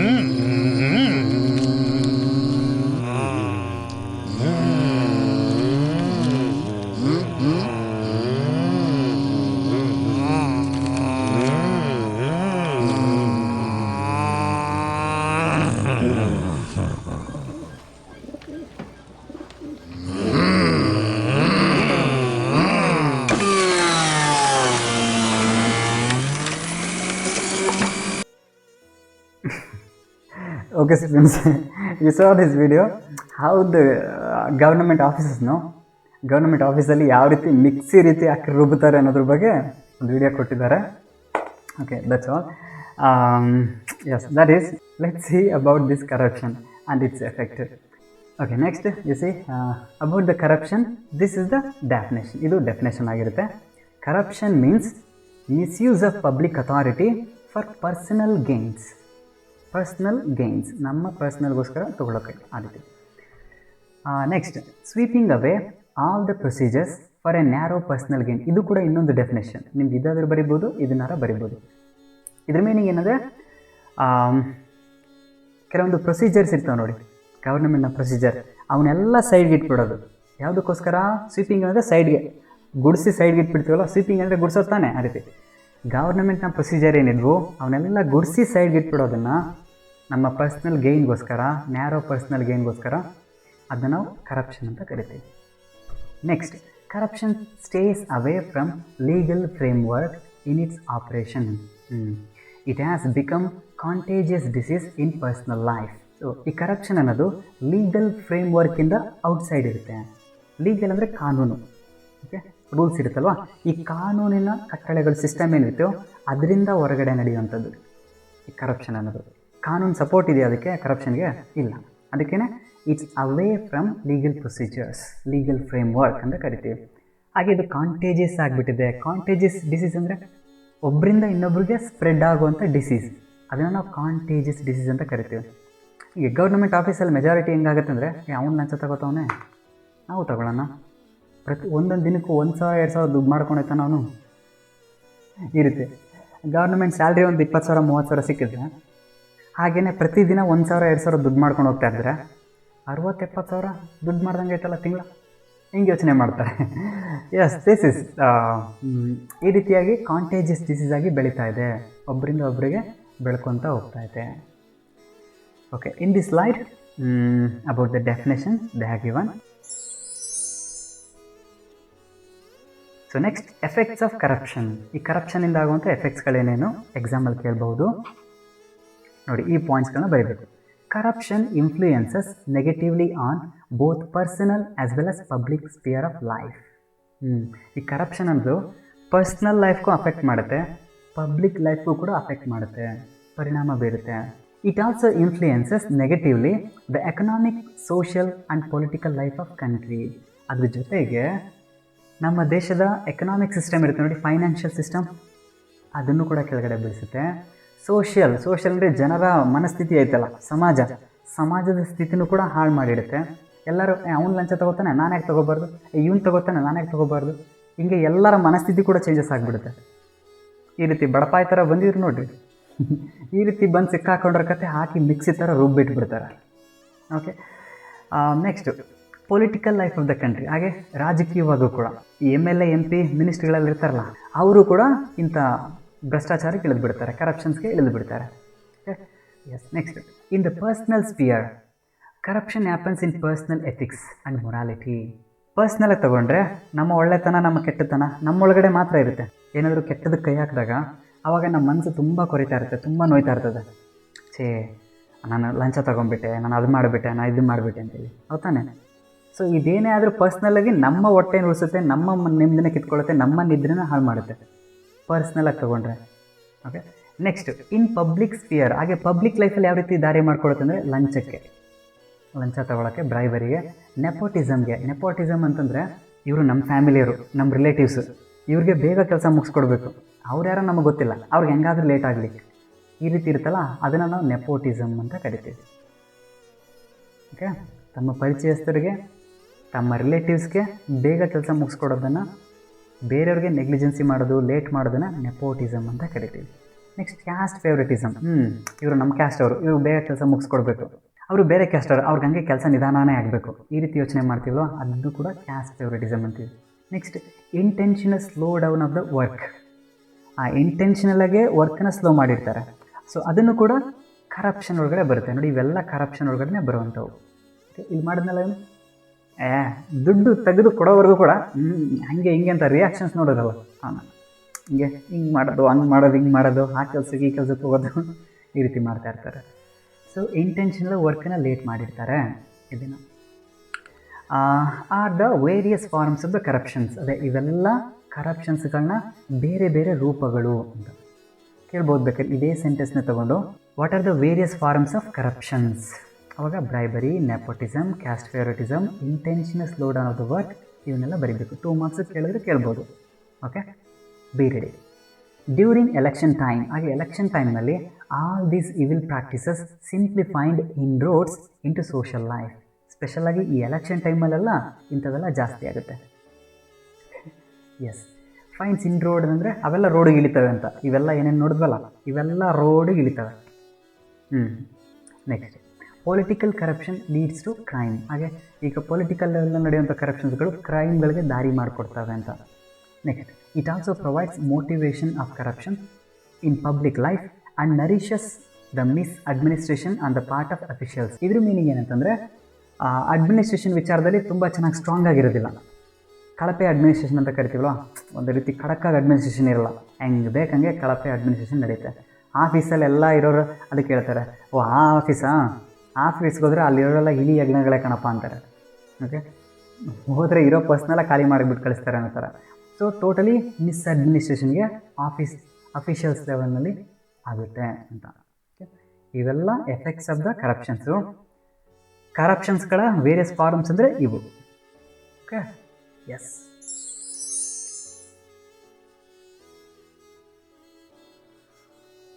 next, tax evasions, illegal hoarding, smuggling, economic offences, cheating, violation of international exchange and employment cheating, all these find space in corruption. ಅದ್ರ ಜೊತೆಗೆ ಕರಪ್ಷನ್ಸಲ್ಲಿ ಇನ್ನೂ ಯಾವ್ಯಾವ ಪ್ಲೇಸ್ನ ಪಡ್ಕೊಳ್ತವೆ ಅಂತಂದರೆ ಇವೆಲ್ಲ.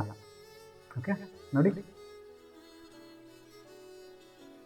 ಇಲ್ಲೀಗಲ್ ಹೋರ್ಡಿಂಗ್ ಅಂದರೆ ಫಸ್ಟ್ ಇದನ್ನು ಹೇಳ್ತೀನಿ. ಆ್ಯಕ್ಚುಲಿ ಲೀಗಲಾಗಿ ಪರ್ಮಿಷನ್ ಇರೋದಿಲ್ಲ, ಗವರ್ನಮೆಂಟಾಗಿ ಪರ್ಮಿಷನ್ ಇರೋದಿಲ್ಲ, ಆದರೂ ಈ ರೀತಿ ಬ್ಯಾನರ್ಗಳನ್ನೆಲ್ಲ ನೇತಾಕ್ಬಿಟ್ಟಿರ್ತಾರೆ ನೋಡಿ ರೋಡ್ ಪಕ್ಕದಲ್ಲಿ ಅಲ್ಲೆಲ್ಲ. ಅದನ್ನು ನಾವೇನಂತೀವಿ ಅಂದರೆ ಇಲ್ಲೀಗಲ್ ಹೋರ್ಡಿಂಗ್ ಅಂತ ಕರಿತೀವಿ. ಆಯಿತಾ, illegal hoarding. Yes. Next tax evasion. ಇದು ಸ್ವಲ್ಪ ಡಿಫಿಕಲ್ಟ್ ಆಗಿದೆ ಕಾನ್ಸೆಪ್ಟ್ ನೋಡಿರಿ. ಟ್ಯಾಕ್ಸ್ ಇವೇಷನ್ ಅಂದರೆ ಇದು ನಮ್ಮ ಇಂಡಿಯಾ ಅಂದ್ಕೊಳ್ರಿ. ನೆಕ್ಸ್ಟ್ ಇಲ್ಲಿ ದುಬೈ ಅಂತಿದೆ, ಆ ರೀತಿ. ಓಕೆ, ಇವಾಗ UAE ನಮ್ಮ IPL ಕ್ರಿಕೆಟ್ ಮ್ಯಾಚ್ ನಡೀತಾ ಇತ್ತಲ್ಲ ಅದು. ಸೊ ಅಲ್ಲಿ ದುಡ್ಡನ್ನು ಜಾಸ್ತಿ ಅರ್ನ್ ಮಾಡಿದ್ರೆ ಟ್ಯಾಕ್ಸನ್ನು ಜಾಸ್ತಿ ಕಟ್ಟಂಗಿಲ್ಲ ಅಲ್ಲಿ. ಓಕೆ, ಗೌರ್ನಮೆಂಟ್ಗೆ ಇಷ್ಟು ದುಡ್ಡು ಅಂತೇನು ಕಟ್ಟಂಗಿಲ್ಲ, ಆ ರೀತಿ ಇರುತ್ತೆ. ಬಟ್ ಕೆಲವೊಂದು ದೇಶದಲ್ಲಿ ಏನಿರುತ್ತೆ ಅಂದರೆ ಜಾಸ್ತಿ ದುಡ್ಡು ಬರ್ತಾ ಇರುತ್ತೆ ನಿನಗೆ ಅಂದರೆ ಗೌರ್ನಮೆಂಟ್ಗೆ ಇಷ್ಟು ದುಡ್ಡನ್ನು ಕಟ್ಟಬೇಕು ಅಂತ ಇರುತ್ತೆ. ಫಾರ್ ಎಕ್ಸಾಂಪಲ್, 1 ಕೋಟಿ ನಿನಗೆ ಪ್ರಾಫಿಟ್ ಬಂತು ಅಂದ್ಕೊಡ್ರಿ, 1 ಕೋಟಿ ದುಡ್ಡು ನಿಮಗೆ ಬಂತು ಅಂದರೆ ಲಾಭದ ಥರ, ಅದರಲ್ಲಿ 30 ಲಕ್ಷನ ಗೌರ್ನಮೆಂಟಿಗೆ ಕಟ್ಟಬೇಕು ಅಂತ ಇರುತ್ತೆ. ಇನ್ನು ಉಳ್ಕೊಳ್ಳೋದಷ್ಟೇ 70 ಲಕ್ಷ ಅಷ್ಟೇ, 30 ಲಕ್ಷ ಗೌರ್ನಮೆಂಟ್ಗೆ ಹೋಗಬೇಕಾಗಿರುತ್ತೆ. ಹೀಗೆ ಅವಾಗ ಏನು ಮಾಡ್ತಾರೆ ಅವರು, ಗೌರ್ನಮೆಂಟಿಗೆ ಗೊತ್ತಾಗದ ರೀತಿಯಲ್ಲಿ ಆ ದುಡ್ಡನ್ನು ಯಾವುದಾದೋ ರೀತಿಯಲ್ಲಿ ಎತ್ಕೊಂಡ್ಬರ್ತಾರೆ. ಅದನ್ನು ನಾವೇನಂತೀವಿ ಅಂದರೆ ಟ್ಯಾಕ್ಸ್ ಇವೇಷನ್ ಅಂತ ಕರಿತೀವಿ. ಟ್ಯಾಕ್ಸ್ನಿಂದ ತಪ್ಪಿಸ್ಕೊಳ್ಳೋದು. ಓಕೆ, ಎಸ್, ಇದು ಟ್ಯಾಕ್ಸ್ ಇವೇಷನ್, ಬೇರೆ ಕಡೆಯಿಂದ ಬರೋದು. ಹಾಗೆ ಇಲ್ಲಿಗಲ್ ಹೋರ್ಡಿಂಗ್ ಅಂದರೆ ಈ ರೀತಿ. ನೆಕ್ಸ್ಟ್ ಸ್ಮಗ್ಲಿಂಗ್ ಅಂದರೆ ಕಳ್ಳ ಸಾಗಾಣಿಕೆ ಮಾಡ್ತಾರಲ್ಲ ಅದು. ಡ್ರಗ್ಸ್ಗಳು ಅದು ಇದೆಲ್ಲ ಗೊತ್ತಾಗದ ರೀತಿಯಲ್ಲಿ ಎತ್ಕೊಂಡ್ಬಂದಿರ್ತಾರೆ. ಹಂಗೆ ಇಲ್ಲಾಂದರೆ ಗೋಲ್ಡ್ ಪ್ಲೇಟ್, ಗೋಲ್ಡ್ ಬಿಸ್ಕೆಟ್ಸ್ ಅನ್ನೆಲ್ಲ ಗೊತ್ತಾಗದ ರೀತಿ ಎತ್ಕೊಂಡ್ಬಂದಿರ್ತಾರೆ, smuggling. Next economic offences, cheating. ಇವೆಲ್ಲ ಏನಂತಂದರೆ ಎಕನಾಮಿಕ್ ಲೆವೆಲ್ನಲ್ಲಿ, ಫೈನಾನ್ಷಿಯಲ್ ಲೆವೆಲಲ್ಲಿ ನಡೆಯುವಂಥ ಕೆಲವೊಂದು ಚೀಟಿಂಗ್ಸ್ಗಳು. Next violation of international exchange. ಕೆಲವೊಮ್ಮೆ ಏನು ಮಾಡ್ತಾರೆ, ಮನಿ ನಮ್ಮ ಇಂಡಿಯನ್ ರುಪಿಯಿಂದ ಡಾಲರ್ ಕನ್ವರ್ಟ್ ಮಾಡೋದು, ಡಾಲರಿಂದ ಇಂಡಿಯನ್ ರುಪಿ ಕನ್ವರ್ಟ್ ಮಾಡೋದು, ಇವೆಲ್ಲ ಇರ್ತದೆ. ಓಕೆ, ಆ ಟೈಮಲ್ಲೂ ಕೂಡ ಕೆಲವೊಂದು ಮೋಸಗಳು ನಡೀತಾ ಇರುತ್ತೆ. ಅದಕ್ಕೆ ಇಂಟರ್ನ್ಯಾಷನಲ್ ಎಕ್ಸ್ಚೇಂಜಲ್ಲೂ ಕೂಡ ಕೆಲವೊಂದು ವೈಲೇಷನ್ ಮಾಡ್ತಾರೆ ಗೌರ್ನಮೆಂಟಿಗೆ ಗೊತ್ತಾಗದ ರೀತಿಯಲ್ಲಿ, ಅದು ಕೂಡ ಈ ಕರಪ್ಷನ್ಸ್ ಬರುತ್ತೆ. ಆ್ಯಂಡ್ ಎಂಪ್ಲಾಯ್ಮೆಂಟ್ ಚೀಟಿಂಗ್, ಎಂಪ್ಲಾಯ್ಮೆಂಟ್ ಕೊಡುವಾಗ ಚೀಟಿಂಗ್ ಮಾಡ್ತಾರೆ. ಓಕೆ, ಕೆಲವೊಂದು ಜಾಬ್ಗಳನ್ನ ಕೊಡುವಂಥ ಟೈಮ್ನಲ್ಲಿ ಇದೆಲ್ಲ. All this find space in corruptions. ಇವೆಲ್ಲವೂ ಕೂಡ ಕರಪ್ಷನ್ಸ್ಗಳಲ್ಲಿ ಸ್ಥಾನಗಳನ್ನ ಪಡ್ಕೊಳ್ತವೆ ಅಂತ. Okay, yes. Next, it is impossible to root out corruption by either rejecting it at personal level or just going along with it. ನೋಡಿ, ಈ ಕರಪ್ಷನ್ ಬಗ್ಗೆ ನಡೆದ್ರೆ ನಡ್ಕೊಳ್ಳಿ ಬಿಡತ್ತೆ, ತಗೊಳ್ಳಿ ಬಿಡು, ಈ ರೀತಿ ನಾವು ಸಹಿಸ್ಕೊಳ್ತಾ ಹೋಗ್ತಾ ಇದ್ರೆ, ಹಾಗೆ ನಮ್ಮ ಪರ್ಸ್ನಲ್ ಲೆವೆಲಲ್ಲಿ ನನಗೆ ಮಾತ್ರ ಕರಪ್ಷನ್ ಮಾಡಲ್ಲಪ್ಪ, ಬೇರೆದು ಹೆಂಗಾದರೂ ಏನಾದ್ರು ಮಾಡ್ಕೊಳ್ಳಿ, ನಾನು ಕರಪ್ಷನ್ ಮಾಡೋದಿಲ್ಲ, ಈ ರೀತಿ ಅಂದ್ಕೊಂಡಿದ್ರೆ ನಮ್ಮ ದೇಶದಿಂದ ಕರಪ್ಷನ್ ಅನ್ನೋದು ಮುಗಿಯೋದಿಲ್ಲ. ನಮ್ಮ ದೇಶದಿಂದ ಕರಪ್ಷನ್ ಅನ್ನೋದನ್ನ ಬುಡ ಸಮೇತ ಕೇಳಲಿಕ್ಕಾಗಲ್ಲ, ಅಂದರೆ ರೂಟ್ ಔಟ್, ಬೇರು ಸಮೇತ ಕೇಳೋದು. ನಾವು ಪರ್ಸ್ನಲಾಗಿ ನಾನು ಚೆನ್ನಾಗಿರ್ತೀನಪ್ಪ, ಬೇರೆಯವ್ರು ಹೆಂಗಾದರೂ ಮಾಡ್ಕೊಳ್ಳಿ ಅನ್ನೋ ಥರ ಇದ್ರೂ ರೂಟ್ ಔಟ್ ಮಾಡೋಕ್ಕಾಗಲ್ಲ. ಹಾಗೆಯೇ just going along with it, ಅಂದರೆ ಅದನ್ನು ಸಹಿಸ್ಕೊತಾ ಹೋಗೋದು. ಗೋಯಿಂಗ್ ಅಲಾಂಗ್ ಅಂದರೆ ಸಹಿಸ್ಕೊತಾ ಅಡ್ಜಸ್ಟ್ ಮಾಡ್ಕೊಂಡು ಹೋಗೋದು. ಈ ರೀತಿ ಮಾಡೋದ್ರಿಂದ ಕೂಡ ನಾವು ಈ ಕರಪ್ಷನ್ನ ಎಂಡ್ ಮಾಡೋಕ್ಕಾಗಲ್ಲ. It can be rooted out only through strong public ethics and morality and personal commitment. ಯಾವಾಗ ನಾವು ಇದನ್ನು ಈ ಕರಪ್ಷನ್ ತೆಗಿಬೋದು ಅಂದರೆ, ಈ ಪಬ್ಲಿಕ್ ಪೀಪಲ್, ಈ ಎಲ್ಲ ಜನರು ಇರ್ತಾರೆ, ಅವರೊಂದು ಎಥಿಕ್ಸನ್ನು ಇಟ್ಕೋಬೇಕು, ಮೊರಾಲಿಟಿನ ಇಟ್ಕೋಬೇಕು. ಎಥಿಕ್ಸು ಮೊರಾಲಿಟಿ ಅಂತಂದರೆ ಒಂದು ನೈತಿಕತೆ ಅಂತ ಕರಿತೀವಲ್ಲ, ಈ ಲಂಚ ತಗೊಳ್ಳುವಂಥದ್ದು ಒಳ್ಳೆಯದಲ್ಲ. That is not good for us, good for them. ಲಂಚ ಕೊಡೋರ್ಗೂ ಒಳ್ಳೆಯದಲ್ಲ, ಲಂಚ ತಗೊಳ್ಳೋ ಅಂತ ನಮಗೂ ಒಳ್ಳೆಯದಲ್ಲ. ಈ ರೀತಿ ಯೋಚನೆ ಮಾಡ್ತೀವಲ್ಲ. ಆ್ಯಂಡ್ ಪರ್ಸ್ನಲ್ ಕಮಿಟ್ಮೆಂಟ್, ನಾವು ಕಮಿಟ್ಮೆಂಟ್ ಆಗಿರಬೇಕು. ಅದು ಹೇಳ್ತಾರೆ ನೋಡಿ, ಒಂದು ಡೈಲಾಗ್ ಇರ್ತಲ್ಲ, ನಾನು ಒಂದು ಸತಿ ಮೈಂಡಲ್ಲಿ ಕಮಿಟ್ ಆದರೆ ನನ್ನ ಮಾತನ್ನು ನಾನೇ ಕೇಳಲ್ಲ ಅಂತಾರಲ್ಲ, ಹಾಗೆ ಒಂದು ಸತಿ ಆ ಲಂಚದ ದುಡ್ಡು ಅನ್ನೋದನ್ನ ನಾನು ಮುಟ್ಟಲ್ಲ ಅಂತ ಕಮಿಟ್ ಆದಂಥವ್ರು ಆ ರೀತಿ ಇರ್ತಾರೆ. ಕಮಿಟ್, ಅದನ್ನು ಮುಟ್ಟಲ್ಲ ಅಂದರೆ ಮುಟ್ಟಲ್ಲ ಅಷ್ಟೇ, ಅದೇನಾದರೂ ಆಗೋಗ್ಬಿಡಲಿ ಅಂತಾರಲ್ಲ ಹಾಗೆ. ಎಲ್ಲರೂ ಅವ್ರವ್ರದಿಂದ ಕಮಿಟ್ಮೆಂಟ್ ಇಟ್ಕೊಂಡಿರ್ತಾರೆ, ಪರ್ಸ್ನಲ್ ಕಮಿಟ್ಮೆಂಟ್. ನಾನು ಈ ರೀತಿದು ಮಾಡಲ್ಲ, ನಾನು ಈ ರೀತಿ ಕೇಳಲ್ಲ, ನಾನು ಈ ರೀತಿ ಮಾಡಲ್ಲ, ಹಾಗೆ. ಸೊ ಆ ರೀತಿ ಕಮಿಟ್ಮೆಂಟ್ನ ಇಟ್ಕೊಂಡ್ರೆ, ಆಮೇಲೆ ಆ ರೀತಿ ಎಥಿಕ್ಸ್ ಮತ್ತು ಮೊರಾಲಿಟಿನ ಇದ್ದರೆ ಆವಾಗ ನಾವು ರೂಟ್ ಔಟ್ ಮಾಡ್ಬೋದು ಅಂತ ಹೇಳ್ತಾರೆ. Next, natural human tendency for selfishness, eagerness to fend personal emergencies and personal gain lead to person to engage in corruption. ಒಬ್ಬ ವ್ಯಕ್ತಿ ಕರಪ್ಷನಲ್ಲಿ ಎಂಗೇಜ್ ಆಗಲಿಕ್ಕೆ ಕಾರಣ ಏನು ಅಂತಂದರೆ, ಹ್ಯೂಮನ್ ನ್ಯಾಚುರಲ್ ಟೆಂಡೆನ್ಸಿ. ಮನುಷ್ಯನಿಗೆ ಒಂದು ಟೆಂಡೆನ್ಸಿ ಇರುತ್ತೆ. ಟೆಂಡೆನ್ಸಿ ಅಂದರೆ ಒಂದು ಗುಣ. ನಮ್ಮ ಮನುಷ್ಯನಿಗೆ ಒಂದು ಗುಣ ಇರುತ್ತೆ, ಸಾಧ್ಯವಾದಷ್ಟು ಜಾಸ್ತಿ ಗಳಿಸ್ಬೇಕು. ಅದನ್ನು ನ್ಯಾಚುರಲ್ ಹ್ಯೂಮನ್ ಟೆಂಡೆನ್ಸಿ ಅಂತ ಕರಿತೀವಿ. ಆ ಮನುಷ್ಯನ ಸಹಜ ಗುಣ, ಸಾಧ್ಯವಾದಷ್ಟು ಜಾಸ್ತಿ ಎಳ್ಕೋಬೇಕು ಅಂತ ಟ್ರೈ ಮಾಡ್ತೀವೋ, ಆ ಗುಣ ನಮ್ಮನ್ನು ಏನು ಮಾಡುತ್ತೆ ಅಂದರೆ ಲಂಚ ತಗೊಳ್ಳೋ ಥರ ಮಾಡುತ್ತೆ, ಲಂಚದ ದುಡ್ಡಿಗೆ ಕೈ ಮುಟ್ಟೋ ಥರ ಮಾಡುತ್ತೆ. ಹಾಗೆ ಸೆಲ್ಫಿಶ್ನೆಸ್, ಸ್ವಾರ್ಥ ಅನ್ನೋದು ಆ ರೀತಿ ಮಾಡುತ್ತೆ. ಹಾಗೆ ಕೆಲವೊಮ್ಮೆ ಏನಂದರೆ ಪರ್ಸ್ನಲ್ ಎಮರ್ಜೆನ್ಸಿ ಇರುತ್ತೆ, ನನಗೆ ಯಾವುದೋ ತುಂಬ ಎಮರ್ಜೆನ್ಸಿ ದುಡ್ಡು ಬೇಕಾಗಿರುತ್ತೆ. ಆವಾಗ ನಾವೇನು ಮಾಡ್ತೀವಿ ಅಂದರೆ, ಯಾವುದೋ ಸ್ವಲ್ಪ ಲಂಚದ ದುಡ್ಡು ಸಿಗೋ ಥರ ಕಾಣಿಸುತ್ತೆ ಅಂದರೆ ಅದಕ್ಕೆ ಕೈ ಹಾಕ್ಬಿಡ್ತೀವಿ. ಓಕೆ, ಪರ್ಸ್ನಲ್ ಎಮರ್ಜೆನ್ಸಿನ ತೀರಿಸ್ಕೊಳ್ಳೋಕ್ಕೋಸ್ಕರ, ಫೆಂಡ್ ಆಫ್ ಅಂದರೆ ತೀರಿಸ್ಕೊಳ್ಳೋಕ್ಕೋಸ್ಕರ. So next, lack of strict supervision and weak legal enforcement leads to corruption. ಹಾಗೆಯೇ ಸ್ಟ್ರಿಕ್ಟಾಗಿ ಸೂಪರ್ವಿಷನ್ ಯಾರು ಮಾಡ್ತಾಯಿಲ್ಲ ಅಂದರೆ, ಒಂದು ಆಫೀಸ್ ಇರುತ್ತೆ ಅಂದ್ಕೊಳ್ರಿ, ಅಲ್ಲಿ ಸ್ಟ್ರಿಕ್ಟಾಗಿ CC ಕ್ಯಾಮ್ರಾ ಅದು ಇದೆಲ್ಲ ಇದ್ದು, ಅದ್ರ ಜೊತೆಯಲ್ಲಿ ಅಲ್ಲಿ ಮೇಲಧಿಕಾರಿ ಇರ್ತಾರೆ ನೋಡಿ, ಮೇನ್ ಅಡ್ಮಿನಿಸ್ಟ್ರೇಟರ್, ಯಾರು ಕೂಡ ಲಂಚ ತಗೊಳ್ಳೋದೇ ರೀತಿ ಸ್ಟ್ರಿಕ್ಟ್ ಮಾಡಿಟ್ಟಿದ್ರೆ ಆವಾಗ ಒಳ್ಳೆ ಸ್ಟ್ರಿಕ್ಟ್ ಸೂಪರ್ವಿಷನ್ ಇರುತ್ತೆ. ಆ ಆಫೀಸ್ನಲ್ಲಿ ಲಂಚಗಳು ಜಾಸ್ತಿ ನಡೆಯೋದಿಲ್ಲ. ಅದು ಬಿಟ್ಟು ಅವನೇ ಆಫೀಸರೇ ಲಂಚಕ್ಕೆ ಕೈ ಹಾಕ್ತಾರೆ ಸ್ಟಾರ್ಟ್ ಮಾಡಿದ್ರೆ, ಇನ್ನು ಉಳ್ಕಿದವರು ಅವರು ಸ್ಟಾರ್ಟ್ ಮಾಡಿಬಿಡ್ತಾರೆ. ಅವನು ಹೆಗಣದ ರೀತಿ ತಿನ್ನೋಕ್ಕೆ ಸ್ಟಾರ್ಟ್ ಮಾಡ್ತಾನೆ, ಇವರು ಇಲೀಗಲ್ ರೀತಿ ತಿನ್ನೋಕ್ಕೆ ಸ್ಟಾರ್ಟ್ ಮಾಡ್ತಾರೆ. Okay, yes. So next, weak legal enforcement leads to corruption. Weak legal enforcement ಅಂದರೆ, ಯಾರಾದರೂ ತಪ್ಪು ಮಾಡಿ ಸಿಕ್ಕಾಕೊಂಡಾಗ, ಈ ರೀತಿ ಲಂಚ ತೊಗೊಂಡು ಸಿಕ್ಕಾಕೊಂಡಾಗ ಅವ್ರನ್ನ ಹಿಡಿದು ಜೈಲ್ಗೆ ಹಾಕೋದು, ಅಥವಾ ಸ್ಟ್ರಿಕ್ಟಾಗಿ ಪನಿಷ್ಮೆಂಟ್ ಕೊಡೋದು, ಅಥವಾ ಜಾಬ್ನಿಂದ ರಿಮೂವ್ ಮಾಡಾಕೋದು, ಸ್ಟ್ರಿಕ್ಟ್ ಲೀಗಲ್ ಎನ್ಫೋರ್ಸ್ಮೆಂಟ್ ಆ ರೀತಿ. ಸೊ ಇವೆಲ್ಲ ಕಾರಣಗಳು. ಯಾವ್ಯಾವ ಕಾರಣಗಳಿಂದಾಗಿ ಕರಪ್ಷನ್ ಜಾಸ್ತಿ ಆಗುತ್ತೆ, ಕರಪ್ಷನ್ ನಡೆಯುತ್ತೆ ಅಂದರೆ ಇವು. ಒಂದು, ಸ್ಟ್ರಿಕ್ಟಾಗಿ ಸೂಪರ್ವಿಷನ್ ಮಾಡದೇ ಇರೋದು. ನೆಕ್ಸ್ಟು ವೀಕ್ ಆಗಿರೋಂಥ ಲೀಗಲ್ ಎನ್ಫೋರ್ಸ್ಮೆಂಟ್ ಇರೋದು. ನೆಕ್ಸ್ಟು ಇಲ್ಲಿ ನ್ಯಾಚುರಲ್ ಆಗಿರೋಂಥ ಒಂದು ಹ್ಯೂಮನ್ ಟೆಂಡೆನ್ಸಿ. ಈ ರೀತಿಯಲ್ಲಿ ಇವುಗಳು ರೀಸನ್ಸ್. ಎಸ್. ಸೊ ಲಾಸ್ಟ್,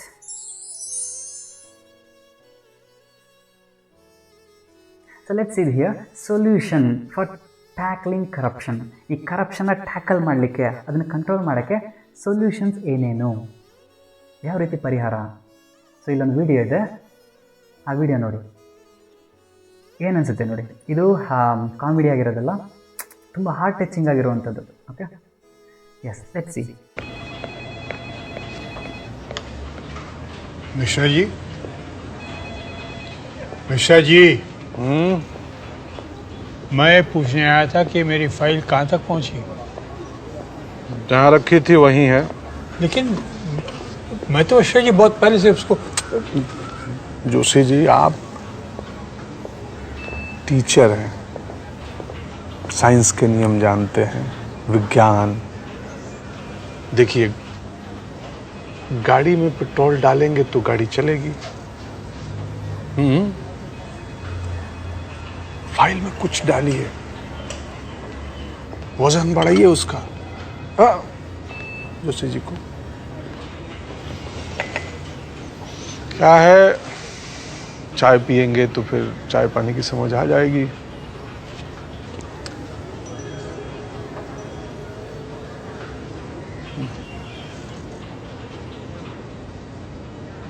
तो मेरी फाइल कहाँ है? आज उसका वजन बढ़ा ही देते। ये है, अच्छा।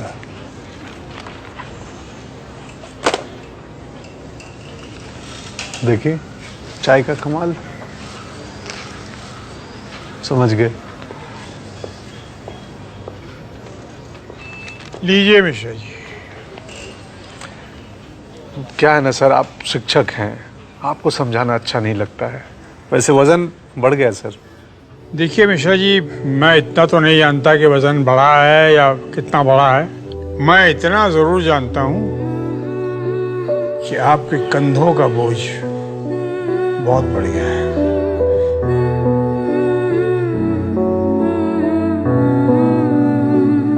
नमस्ते।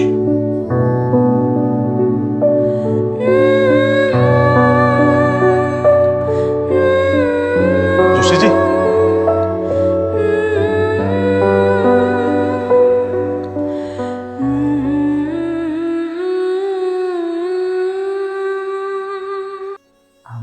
Students, see, this is sometimes we have to take this kind of decisions. ಈ ರೀತಿ ಪ್ರಾಬ್ಲಮ್ನ ನಾನು ಕೂಡ ಫೇಸ್ ಮಾಡಿದ್ದೀನಿ. ಅದಕ್ಕೋಸ್ಕರ ತುಂಬ ಸೀರಿಯಸ್ ಆದೆ ಆ ವಿಚಾರದಲ್ಲಿ. ಎಲ್ಲಿ ಅಂತಂದರೆ, you are my students, yeah, therefore I will share with you everything. Because just text ಬುಕ್ನ ಪಾಠ ಮಾಡಿ ನಿಮಗೆ ಕಳಿಸ್ಬಿಡೋದು, ಏನೋ ಒಂದಿಷ್ಟು ಮಾರ್ಕ್ಸ್ ತೆಗೆಸ್ಬಿಡೋದು, ನಿಜ ಆಸೆ ಇದೆ ನಿಮ್ಗೆ ಒಳ್ಳೆ ಮಾರ್ಕ್ಸ್ ತೆಗಿಸ್ಬೇಕಂತ. ಅದ್ರ ಜೊತೆಯಲ್ಲಿ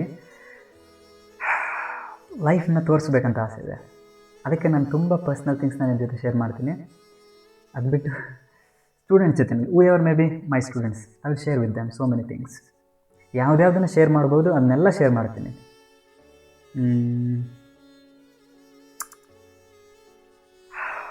2017 ನಮಗೆ ಹೈಸ್ಕೂಲ್ ಟೀಚರ್ ಅಪಾಯಿಂಟ್ ಆದಾಗ Mysuru D D P office ಇದೆಯಲ್ಲ, ಅಲ್ಲಿ ನಮ್ಗೆ ಅಪಾಯಿಂಟ್ಮೆಂಟ್ ಆರ್ಡರ್ ಕೊಡ್ತಾರೆ. ನೀವು ಸೆಲೆಕ್ಟ್ ಆಗಿದ್ದೀರಾ ತಗೊಳ್ರಿ ಅಂತೇಳಿ. ಅಲ್ಲಿ ಒಬ್ಬ ವ್ಯಕ್ತಿ ಇದ್ದು ಕ್ಲರ್ಕ್ ಈ ರೀತಿ.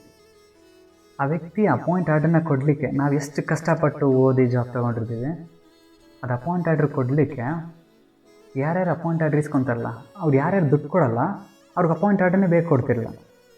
ನಾಳೆಗೆ ಬನ್ನಿ, ನಾಡ್ದು ಬನ್ನಿ, ಇನ್ನೊಂದು 4 ದಿವಸ ಬಿಟ್ಕೊ ಬನ್ನಿ, ಈ ರೀತಿ ಮಾಡೋರು. ಭಾಳ ಜನ ಟೀಚರ್ಸ್ ಯಾರ್ಯಾರು ಅಪಾಯಿಂಟ್ ಆಗಿದ್ರು ಅವರೆಲ್ಲರೂ ಬಹಳ ಚೆನ್ನಾಗಿ 90%, 95% ಅಂತ ಅಂದ್ಕೊತೀನಿ. ಅವರೆಲ್ಲ ಯಾರು ಇವನ ಜೊತೆ ತಲೆ ಕೆಡಿಸ್ಕೊಂಡು ನಮ್ಗೆ ಜಾಬ್ ಸಿಕ್ಕಿದ್ರೆ ಸಾಕು ಅಂತೇಳಿ, ಬೇಗ ಹೋಗಿ ರಿಪೋರ್ಟ್ ಆದರೆ ಸಾಕು, ಸ್ಕೂಲ್ಗೆ ಹೋಗಿ ಜಾಯ್ನ್ ಆದರೆ ಸಾಕು ಅಂತೇಳಿ ದುಡ್ಡು ಕೊಡು ಬಂದು ಅಪಾಯಿಂಟ್ ಆರ್ಡರ್ ಇಸ್ಕೊಂಡು ಬಂದು ಜಾಯ್ನ್ ಆಗಿಬಿಡೋದು. ಬಟ್ ನನಗೆ ಅಷ್ಟು ಕಷ್ಟಪಟ್ಟು ಓದಿ ಇವ್ನಿಗೆ 2,000 ರೂಪಾಯಿ ಕೊಟ್ಟು ನಾವು ಆರ್ಡ್ರ್ ಇಸ್ಕೋಬೇಕಾ? ಯಾಕೋ ಮನಸ್ಸು ಒಪ್ತಾ ಇಲ್ಲ. ಒಂದು ನಿಜ, ಫೈನಾನ್ಷಿಯಲ್ ನಂಗೆ ಸ್ವಲ್ಪ ಕಷ್ಟ ಆಯಿತು. ಅದ್ರ ಜೊತೆಯಲ್ಲಿ ಪರ್ಸ್ನಲ್ ಕಮಿಟ್ಮೆಂಟ್ ಯಾಕೋ ನನಗೆ ಅದು ಇಷ್ಟ ಆಗ್ತಾಯಿಲ್ಲ. ಅಷ್ಟು ಕಷ್ಟಪಟ್ಟು ಓದಿ ಜಾಬ್ ತೊಗೊಂಡಿರೋದಕ್ಕೆ ದುಡ್ಡು ಕೊಟ್ಬಿಟ್ಟು ತಗೊಳ್ಳೋದು ಇಷ್ಟ ಆಗ್ತಾಯಿಲ್ಲ ಯಾಕೋ. ಹೆಂಗೆ ಹೋಗಿ ಕೇಳಿದೆ, ಅಪಾಯಿಂಟ್ ಆರ್ಡ್ರ್ ಕೊಟ್ಟಿದ್ದೀರಲ್ಲ ಕೊಡಿ, ನಮ್ಮದು ಕೂಡ ಒಳ್ಳೆಯ ರ್ಯಾಂಕೆಲ್ಲ ಸೆಲೆಕ್ಟ್ ಆಗಿದ್ದೀನಿ ನಾನು, ಯಾಕೆ ಇಷ್ಟು ಲೇಟ್ ಮಾಡ್ತಾಯಿದ್ದೀರಾ ಅಂತೇಳಿ. ಅವನು ಇಲ್ಲ ನಿಮ್ದೇನೂ ರೆಡಿ ಮಾಡಿಲ್ಲ, ನಾಳೆ ಬಂದ. ಹೌದಾ, ಓಕೆ ಇರ್ಬೋದೇನೋ ಅಂತೇಳಿ, ಏನೋ ಪ್ರಾಬ್ಲಮ್ ಪಾಪ ಅವ್ರಿಗೂ ವರ್ಕರ್ಸ್ ಇರುತ್ತಲ್ಲ ಆಗ್ಬಿಟ್ಟು ಹೋದೆ. ವಾಪಸ್ ನಮ್ಮೂರಿಗೆ ಹೋಗಿ ಬಂದೆ. ನೆಕ್ಸ್ಟ್ ನಾಳೆ ಬಂದೆ. ಅವನು ಕೇಳಿದೆ, ಸರ್ ನಾಳೆ ಬಂದಿದ್ದೀರಲ್ಲ ತಂದೆ ರೆಡಿ ಆಯಿತಾ ಅಂತಂದೆ. ಅವನು ಇಲ್ಲ ನಾಡಿದ್ದು ಬಾ ಅಂತಂದ. ಓ ಹೌದಾ, ಏನೋ ಇನ್ನೂ ಪ್ರಾಬ್ಲಮ್ ಇರಬೇಕೇನೋ ಅಂತೇಳಿ ಮತ್ತೆ ವೆಯ್ಟ್ ಮಾಡಿದೆ. ಹೋದೆ ವಾಪಸ್ ನಮ್ಮೂರಿಗೆ. ನಮ್ಮ ಮನೆಯವ್ರು ಕೇಳೋಕ್ಕೆ ಯಾಕೆ ಇವತ್ತು ಸಿಗಲಿಲ್ವಾ ಅಂತೇಳಿ. ನಮ್ಮ ಅಪ್ಪ ಅಮ್ಮವ್ರಿಗೆ ಏನು ಉತ್ತರ ಕೊಡೋದು ಗೊತ್ತಾಗ್ತಾಯಿಲ್ಲ. ಸರಿ ಹೋದೆ. ನೆಕ್ಸ್ಟ್ 2 ದಿವಸ ಬಿಟ್ಕೊಂಡು ಬಂದೆ. ಅವನು ಮುಖ ಒಂಥರ ಮಾಡ್ದ, ಏನು ಯಾವಾಗಲೂ ಹಿಂಗೆ ಬಂದುಬಿಡ್ತಿಲ್ಲ, ಏನೋ ಒಂಥರ ಮಾತಾಡ್ತಿದ್ದ. ನಾನು ನೋಡೋ ಗಂಟೆ ನೋಡಿದೆ. ತುಂಬ ಸಿಟ್ಟು ಬಂತು ನನಗೆ. ಮೊದಲು 2 ಬಾರಿ ತುಂಬ ಹಂಬಲಾಗಿ ಬಿಹೇವ್ ಮಾಡಿದೆ. ಹೌದಾ ಸರ್, ಸಾರಿ ಸರ್, ನೀವು ರೆಡಿ ಮಾಡ್ಕೊಂಡ್ಮೇಲೆ ಬರ್ತೀನಿ ಸರ್ ಅಂತ ಅಂದ್ಬಿಟ್ಟು ಹೋಗಿದ್ದೆ. ಈಗ ಯಾವಾಗ ಒಂದು ವಿಚಿತ್ರ ಮಾಡ್ತಾಯಿದ್ದ, ಅಲ್ಲಾರೋ ಹೊರಗಡೆ ಹೇಳಿದ್ರು ಇವ್ನು ದುಡ್ಡು ಕೊಡೋದೇ ಇಲ್ಲ ಹಿಂಗೆ ಆಟ ಆಡಿಸ್ತಾನೆ ಅಂತ. ನನಗೆ ಸಿಟ್ಟು ಬಂತ. ಬರೀ ನೀನು ಹಿಂಗೆ ಬಂದರೆ ಕೊಡೋಕ್ಕಾಗೋದಿಲ್ಲ, ಫೋಟೋ ಕೊಡ್ಬೇಕು ನೀನು ಅಂತ. ಸರಿ ಫೋಟೋ ತೆಗೆದಿಟ್ಟೆ, ಅಲ್ಲೇ ತಂದಿದ್ದೆ ಪರ್ಸಲ್ಲಿ, ಸರ್ ಫೋಟೋ ತಗೊಳ್ಳಿ ಅಂತ. ಆಮೇಲೆ ಇನ್ನೂ ಕೆಟ್ಟದಾಗಿ ಮಾತಾಡ್ದ, ಏನೋ ಒಂದು, ನೀನು ಹಿಂಗೆ ಫೋಟೋ ಇಟ್ಬಿಟ್ರೆ ಏನು ಕೊಟ್ಬಿಡ್ಬೇಕಾ ನಿನಗೆ ಅಂತ. ಎಲ್ಲಿತ್ತೋ ಕೋಪ ನನಗೆ, ನಿನಗೆ ಮಾಡ್ತೀನಿ ನೋಡಿ ನಿನಗೆ ಅಂತ ಅಂದ್ಬಿಟ್ಟು ಹೋದೆ. ಅವನು ಕ್ಲರ್ಕ್ ಅಷ್ಟೇ, DDPI ಅಂತ. ಟೋಟಲ್ ನಮ್ಮ ಮೈಸೂರು ಡಿಸ್ಟಿಕ್ಗೆ ಎಜುಕೇಷನ್ ಎಲ್ಲ ಸ್ಕೂಲ್ಗಳಿಗೂ ಅವ್ರು ಇದ್ದಿದ್ದಂಗೆ. ಓಕೆ, ಅವ್ರ ಹತ್ರ ಹೋದೆ. ಅವ್ರ ಹತ್ರ ಹೋಗಿ, ಸರ್ ನೋಡಿ ಇವನು ಈ ರೀತಿ ಮಾಡ್ತಾಯಿದ್ದಾನೆ ಅಂತ ಹೇಳಿದೆ. ಅವ್ರ ಮುಂದೆನೂ ಕೂಡ ಸಿಟ್ಟಾಗಿ ಮಾತಾಡ್ತದೆ. ನನಗೆ ಅದೆಲ್ಲಿ ಗೊತ್ತಿಲ್ಲ, ಸಿಟ್ಟಾಗಿ ಮಾತಾಡ್ತದೆ ಅವ್ರ ಮುಂದೆನೂ. ಅವ್ರೇನು ಮಾಡಿದ್ರು, ಓಕೆ ಇರ್ಲಿ ತಾರೆ ಅಪ್ಪ, ನಾನು ಕರೆಸ್ತೀನಿ ಅವನ್ನ ಅಂತ ಅಂದ್ಬಿಟ್ಟು ಕರೆಸಿರೋರನ್ನ ಕರೆಸ್ಬಿಟ್ಟು, ಹೇಯ್ ಯಾಕೆ ಹಿಂಗೆ ಅಂತದ್ದೆ ಅವನಿಗೆ, ಹಾಗೆ ಹಿಂಗೆ ಅಂತೆಲ್ಲ ಏನು ಹೇಳಿದ್ರ. ಆವಾಗ ಅವ್ರ ಮುಂದೆ ಸ್ವಲ್ಪ, ಇಲ್ಲ ಸರ್ ನಾನು ಅದು ರೆಡಿ ಮಾಡಿಲ್ಲ ಸರ್, ಇದು ರೆಡಿ ಮಾಡಿಲ್ಲ ಸರ್, ಹುಡುಗ ಹೇಳಿದ್ರೆ ಕೇಳ್ತಾನೆ ಇಲ್ಲ ಸರ್ ಅಂತಂದ. ಸರಿನಪ್ಪ ಆಯಿತು, ಈಗ ನಾಳೆ ಹೊತ್ತಿಗೆ ಮಾಡಿಕೊಡ್ತಾರಂತೆ, ಸರಿ ನೀನು ಹೋಗಪ್ಪ ನಾಳೆ ಕೊಡ್ತಾರೆ ಅಂತಂದ್ರೆ. ಆ ರೀತಿ ಹೇಳ್ಬಿಟ್ಟು ವಾಪಸ್ ಬಂದಾಗ, ಆ ರೂಮಿಂದ ವಾಪಸ್ ಬರ್ತಾಯಿದ್ವಿ. ಅವನು ಬಂದ, ನೋಡಿ ನಿನ್ಗೆ ಹೆಂಗೆ ಅಲಿಸ್ತೀನಿ ಹಂಗೆ ಹಿಂಗೆ ಅಂತಂದ. ಮತ್ತೆ ತಿರ್ಗಿ ಒಳಗಡೆ ಹೋದೆ. ಮತ್ತೆ ಸರ್ ಇವಯ್ಯ ನೋಡಿ ಸರ್ ಹಿಂಗೆ ಅಂತ ಇದ್ದಾನೆ ಅಂತ ತಿರ್ಗಿ ಅಲ್ಲೇ ಹೇಳ್ದೆ. ಆಮೇಲೆ ಚೆನ್ನಾಗಾಗಿ ಹೋಗ್ದಿಟ್ಬಿಟ್ರಪ್ಪ ಅವ ಹಿಂಗೆ. ಆಮೇಲೆ ಅವಯ್ಯ ಸುಮ್ಮನಾದ. ಲಾಸ್ಟಲ್ಲಿ ನಾಳೆ ಬಾ ಕೊಡ್ತೀನಿ ಅಂತಂದೆ. ಸರಿ ನಾಳೆ ಹೋದೆ, ಏನೂ ಮಾತಾಡಲಿಲ್ಲ, ತೆಗೆದು ಲೆಟರ್ ಇಟ್ಟ, ತಗೋಗಿ ಬರ್ತಾಯಿದ್ದೆ. ಈ ರೀತಿ ಅಷ್ಟೊಂದು ಸರ್ಕಸ್ ಎಲ್ಲ ನಡೀತು. ಮತ್ತು ತುಂಬ ಜನ ಟೀಚರ್ಸ್ ಎಲ್ಲ ದುಡ್ಡು ಕೊಟ್ಟು ಎಲ್ಲ ಇಸ್ಕೊಂಡು ಜೊತೆಗೆ ಈಗ ಕೊಡ್ದಲ್ಲೇ ಬಂದೆ. ಆದರೆ ತುಂಬ ಕಷ್ಟ ಫೇಸ್ ಮಾಡಬೇಕಾಗುತ್ತೆ. ಯಾರು ಈ ರೀತಿ ಹೋರಾಟಕ್ಕೆ ನಿಂತ್ಕೊತೀವಲ್ಲ, ಅವಾಗ ತುಂಬ ಕಷ್ಟ ಫೇಸ್ ಮಾಡಬೇಕಾಗುತ್ತೆ ನಾವು. ಅವ್ನು ಹೇಳಿದ ದಿವಸ ನೋಡಿ, ಬಸ್ ಚಾರ್ಜ್ ಹಾಕ್ಕೊಂಡು ಹೋಗಿ ಬಂದು ಅಲ್ಲಿ ಅವನ ಜೊತೆ ಮಾತಾಡಿ, ನೆಕ್ಸ್ಟ್ ಅಲ್ಲಿ ಆಫೀಸರ್ ಹತ್ರ ಹೋಗಿ, ಸುಮ್ಮನೆ ಪರ್ಸ್ನಲಿ ಕಿರಿಕಿರಿ ಜಾಸ್ತಿ ಆಗ್ತಾ ಇರ್ತದೆ. ನಮಗೆ ತುಂಬ ಲೇಟ್ ಆಗ್ತಾ ಇರ್ತದೆ ವರ್ಕು. ಇವೆಲ್ಲ ಯಾವುದು ಬೇಡ ಅನ್ನೋದಕ್ಕೆ ತೆಗೆದು ನೋಟ್ ಕೊಟ್ಬಿಟ್ಟು ಹೋಗ್ತಾ ಇರ್ತಾರೆ. But sometimes if you are committed for something, ಇಲ್ಲ ನಾನು ಈ ರೀತಿ ಯಾವತ್ತೂ ಹಿಂಗೆ ಕೇಳಲ್ಲ, ನಾನು ಯಾವತ್ತೂ ಕೂಡ ಈ ರೀತಿ ಮಾಡಲ್ಲ ಅನ್ನೋ ಥರ ಕಮಿಟ್ ಆಗಿದ್ದಾಗ, you can do something else. Yes, ಗೊತ್ತಿಲ್ಲ ನೀವು ಮುಂದೆ ಫ್ಯೂಚರ್ನಲ್ಲಿ ಯಾವ್ಯಾವ ಸ್ಥಾನಕ್ಕೆ ಹೋಗ್ತೀರೋ ಅಂತೇಳಿ. Don't expect like that, don't do for that. Yes, let's see the answers ನಾವು. Political will and public support is inevitable. ನಾವೇನಾದರೂ ಈ ರೀತಿ ಕರಪ್ಷನ್ನ ನಾವು ಏನು ಮಾಡಬೇಕಂತಂದರೆ, ಪೊಲಿಟಿಕಲ್ ಆಗಿ ರಾಜಕೀಯ ವ್ಯಕ್ತಿಗಳಿರ್ತಾರಲ್ಲ, ಅವರಲ್ಲಿ ಒಂದು ಸ್ಟ್ರಾಂಗ್ ಡಿಸಿಷನ್ ಇರಬೇಕು. ಅದಕ್ಕೋಸ್ಕರ ಈಗಿನ ಗೌರ್ಮೆಂಟ್ ಇದೆ, ಪರವಾಗಿಲ್ಲ, ಒಂದು ಹೋಪ್ ಇದೆ. ಯಾಕಂದರೆ ಅವ್ರು ಜಾಸ್ತಿ ಆನ್ಲೈನ್ ಮಾಡ್ತಾಯಿದ್ದಾರೆ. ಮೊದಲು ನಾನು ಸ್ಟೂಡೆಂಟ್ ಆಗಿದ್ದಾಗ ಸ್ಕಾಲರ್ಶಿಪ್ ಹೆಂಗೆ ಬರ್ತಿತ್ತು ಅಂದರೆ, ಅಲ್ಲಿಂದ ಸೆಂಟ್ರಲ್ ಗೌರ್ಮೆಂಟಿಂದ ರಿಲೀಸ್ ಆಗೋದು, ನೆಕ್ಸ್ಟ್ ಸ್ಟೇಟ್ ಗೌರ್ಮೆಂಟ್ ಬರೋದು, ಅಲ್ಲಿಂದ ಡಿಸ್ಟಿಕ್ಕಿಂದ BO ಆಫೀಸಿಂದ ಸ್ಕೂಲ್ HM ಇಂದ ನೆಕ್ಸ್ಟ್ ಪೇರೆಂಟ್ಸ್ ಕಳಿಸಿ ಕೊಡೋರು. ನೋಡಿ ಇಮ್ಯಾಜಿನ್ ಮಾಡಿ, ಎಲ್ಲೆಲ್ಲಿ ಎಷ್ಟೆಷ್ಟು ನುಂಗಿ ಕೊನೆ ಹೊತ್ತಿಗೆ ಎಷ್ಟು ದುಡ್ಡು ಬರ್ತಿತ್ತು, ಈ ರೀತಿ ಆಗ್ತಿತ್ತು. ಬಟ್ ಇವಾಗ ಏನಾಗುತ್ತೆ ಅಂದರೆ, ಸೆಂಟ್ರಲ್ ಅಲ್ಲಿ ಡೆಲ್ಲಿನಲ್ಲಿ ಕೂತ್ಕೊಂಡು ಏನು ಡಿಸೈಡ್ ಮಾಡ್ತಾರೋ, ಇಷ್ಟು ಅಮೌಂಟ್ನ ಸ್ಟೂಡೆಂಟ್ ಕಳಿಸ್ಬೇಕು ಅಂದರೆ ಆನ್ಲೈನ್ ಟ್ರಾನ್ಸಾಕ್ಷನ್, ನಿಮ್ಮ ಅಕೌಂಟ್ ಲಿಂಕ್ ಆಗಿದೆ, ಒಂದೇ ಚೆಕ್, ಒಂದೇ ಕ್ಲಿಕ್ನಲ್ಲಿ ಕೊಟ್ಬಿಡ್ತಾರೆ, ಡೈರೆಕ್ಟ್ ನಿಮ್ಮ ಅಕೌಂಟ್ಗೆ ಬಂದುಬಿಡುತ್ತೆ. ಓಕೆನಾ? ಹಿಂಗಾಗಿ ಸ್ಟ್ರಾಂಗಾಗಿ ಪೊಲಿಟಿಕಲ್ ವಿಲ್ ಇರಬೇಕು. ನಮ್ಮ ರಾಜಕೀಯ ವ್ಯಕ್ತಿಗಳು ಯಾರಿರ್ತಾರೋ ಅವ್ರಿಗೆ ಸ್ಟ್ರಾಂಗ್ ಮೈಂಡ್ ಇರಬೇಕು ಈ ರೀತಿ ಚೇಂಜಸ್ ಮಾಡಲಿಕ್ಕೆ. ನೆಕ್ಸ್ಟ್ ಪಬ್ಲಿಕ್ ಸಪೋರ್ಟ್ ಇರಬೇಕು. ಅದಕ್ಕೆ ಪಬ್ಲಿಕಲ್ಲಿ ಸಪೋರ್ಟ್ ಇಲ್ಲ ಅಂತಂದರೆ, ಹೋದ್ರಾಗ್ಲಿ ಬಿಡತ್ತೆ, ಆದ್ರಾಗಲಿ ಬಿಡಿ ಅಂತಂದಾಗ ಅದು ಹಂಗೇ ಇರಿ. Yes, public support is inevitable ಅಂದರೆ ಇದು ಅತ್ಯವಶ್ಯಕ ಅಂತ. It's very much needed. Ethical, ನೋಡಿ ಈ ಪಾಯಿಂಟ್ಸ್ನ ಕೇಳುವಂಥ ಚಾನ್ಸ್ ಇದೆ. What are the solutions for tackling corruption ಅಂತ ಕೇಳುವಂಥ ಚಾನ್ಸ್ ಇದೆ. ಸೊ ಹಿಂಗಾಗಿ ಈ ಪಾಯಿಂಟ್ಸ್ನ ನೆನಪಿಡಿ. Ethical political leadership, good officers and political aware and educated public can weed out corruption. Weed out ಅಂದರೆ ಕಳೆ, ವೀಡ್ ಅಂದ್ರೇನು ಕಳೆ, ಔಟ್ ಅಂದರೆ ಕಳೆ ಕಿತ್ತು ಎಸೆತಾರೆ, ಎಸಿಬಹುದು. ಯಾವಾಗ ಎಥಿಕಲ್ ಪೊಲಿಟಿಕಲ್ ಲೀಡರ್ಶಿಪ್ ಇದ್ದಾಗ, ಒಳ್ಳೆ ಪೊಲಿಟಿಕಲ್ ಲೀಡರ್ಶಿಪ್ ಇದ್ದಾಗ, ಗುಡ್ ಆಫೀಸರ್ಸ್ಗಳಿದ್ದಾಗ, ಒಳ್ಳೊಳ್ಳೆ ಆಫೀಸರ್ಸ್ಗಳಿದ್ದಾಗ, ಆ್ಯಂಡ್ ಪೊಲಿಟಿಕಲ್ ಅವೇರ್ನೆಸ್ ಇದ್ದಾಗ, ಪೊಲಿಟಿಕಲಾಗಿ ರಾಜಕೀಯವಾಗಿ ಒಳ್ಳೆ ಪ್ರಜ್ಞೆ ನಾಲೆಡ್ಜ್ ಇದ್ದಾಗ, ಎಜುಕೇಟೆಡ್ ಪಬ್ಲಿಕ್ ಇದ್ದಾಗ, ಒಂದು ತಿಳಿದಂಥ ಎಜುಕೇಟೆಡ್ ಪಬ್ಲಿಕ್ ಇದ್ದಾಗ. ಬಟ್ ಈ ವಿಚಾರದಲ್ಲಿ ನಾನು ಯಾಕೋ ಒಂದು ಸ್ವಲ್ಪ ಒಪ್ಕೊಳ್ಳೋಕ್ಕೆ ರೆಡಿ ಇಲ್ಲ ಅನಿಸುತ್ತೆ. ಯಾಕಂದರೆ ನಾನು ಹೇಳಿದ್ನಲ್ಲ, ಟೀಚರ್ಸ್ಗಳನ್ನೇ ಕೊಟ್ಟು ಅವನಿಗೆ ಪಾಠ ಮಾಡಿಬಿಟ್ರು. ಆ ವ್ಯಕ್ತಿ, ನಾನು ಹೇಳಿದ್ನಲ್ಲ ಮೈಸೂರಿನಲ್ಲಿ, ಆ ವ್ಯಕ್ತಿ ಸಿಕ್ಕಾಕೊಂಡ ಆಮೇಲೆ ಲೋಕಾಯುಕ್ತರ ಕೈಲಿ. ಟೀಚರ್ಸ್ಗಳನ್ನೇ ಅದ್ರಾಗಲಿ ಕೊಟ್ಬಿಡೋಣ ಕೊಟ್ಬಿಟ್ಟು ಬರ್ತಾಯಿದ್ರೆ ಎಜುಕೇಟೆಡ್ಸ್ಗಳೇ ದಾರಿ ಮಾಡಿಕೊಡ್ತಾರೆ. ಹಂಗೆ ಎಜುಕೇಟೆಡ್ ಪಬ್ಲಿಕ್ಸ್ಗಳನ್ನೇ ಕೆಲವೊಮ್ಮೆ ಹಿಂಗೆ ಮಾಡ್ತಾರೆ. Okay, educated public can weed out corruption. ಅವರು ಬೇಕಾದ್ರೆ ಮನ್ಸು ಮಾಡಿದ್ರೆ ಈ ಕರಪ್ಷನನ್ನು ಕಿತ್ತು ಹಾಕ್ಬೋದು ಹಾಗೆ. So institutions like Lokpal and Lokayukta can bring down corruption drastically. Difference ನೋಡಿ, ಲೋಕಪಾಲ್ ಅಂದರೆ ಸೆಂಟ್ರಲ್ ಗೌರ್ಮೆಂಟಲ್ಲಿ ಇದಿನ್ನೂ ಬಂದಿಲ್ಲ, ಬಟ್ ಇದು ಲೋಕಾಯುಕ್ತ ಅಂತಂದರೆ ಸ್ಟೇಟ್ ಗೌರ್ಮೆಂಟ್, ಇದು ಇಂಪ್ಲಿಮೆಂಟ್ ಆಗಿದೆ. ಈ ರೀತಿ ಲೋಕಪಾಲ್ ಆ್ಯಂಡ್ ಲೋಕಾಯುಕ್ತ ಇನ್ಸ್ಟಿಟ್ಯೂಷನ್ಸ್ಗಳು ಕರಪ್ಷನ್ಸ್ಗಳನ್ನ ತುಂಬ ಕಂಟ್ರೋಲ್ ಮಾಡ್ಬೋದು. Education institutions can take a lead in this directions. ಹಾಗೆ ಎಜುಕೇಷನ್ನ ಇನ್ಸ್ಟಿಟ್ಯೂಷನ್ಸ್ ಇದ್ದಾರೆ, ನಮ್ಮ ಶಾಲಾ ಕಾಲೇಜುಗಳು. ಈ ಶಾಲಾ ಕಾಲೇಜುಗಳು ಮನ್ಸು ಮಾಡಿದ್ರೆ, ವಿದ್ಯಾರ್ಥಿಗಳಿಗೆ ಸ್ವಲ್ಪ ಚೆನ್ನಾಗಿ ತಿಳಿಸಿ ಹೇಳಿದ್ರೆ, ಅವರು ನೆಕ್ಸ್ಟ್ ಒಂದು ಒಳ್ಳೆ ಸ್ಥಾನಕ್ಕೆ ಹೋದಾಗ ಅವರದಲ್ಲಿ ತಿದ್ಬೋದು, ಅವರದಲ್ಲಿ ಚೇಂಜಸನ್ನು ಮಾಡ್ಬೋದು. ಈ ರೀತಿ. Yes, this is the 4th point. Next 5th point. By installing CCTV cameras in government offices, and increasing efficiency of government work can also bring down the intensity of the corruptions. ಈ corruption ಯಾವ ಪ್ರಮಾಣದಲ್ಲಿ ನಡೀತಾ ಇತ್ತಲ್ಲ ಅದನ್ನು ಸ್ವಲ್ಪ ಕಡಿಮೆ ಮಾಡೋಕ್ಕೆ ಸಾಧ್ಯ ಯಾವಾಗ ಅಂತಂದರೆ CCTV ಕ್ಯಾಮ್ರಾಗಳನ್ನೆಲ್ಲ ಆಫೀಸ್ಗಳಲ್ಲಿ ಇಟ್ಟಾಗ.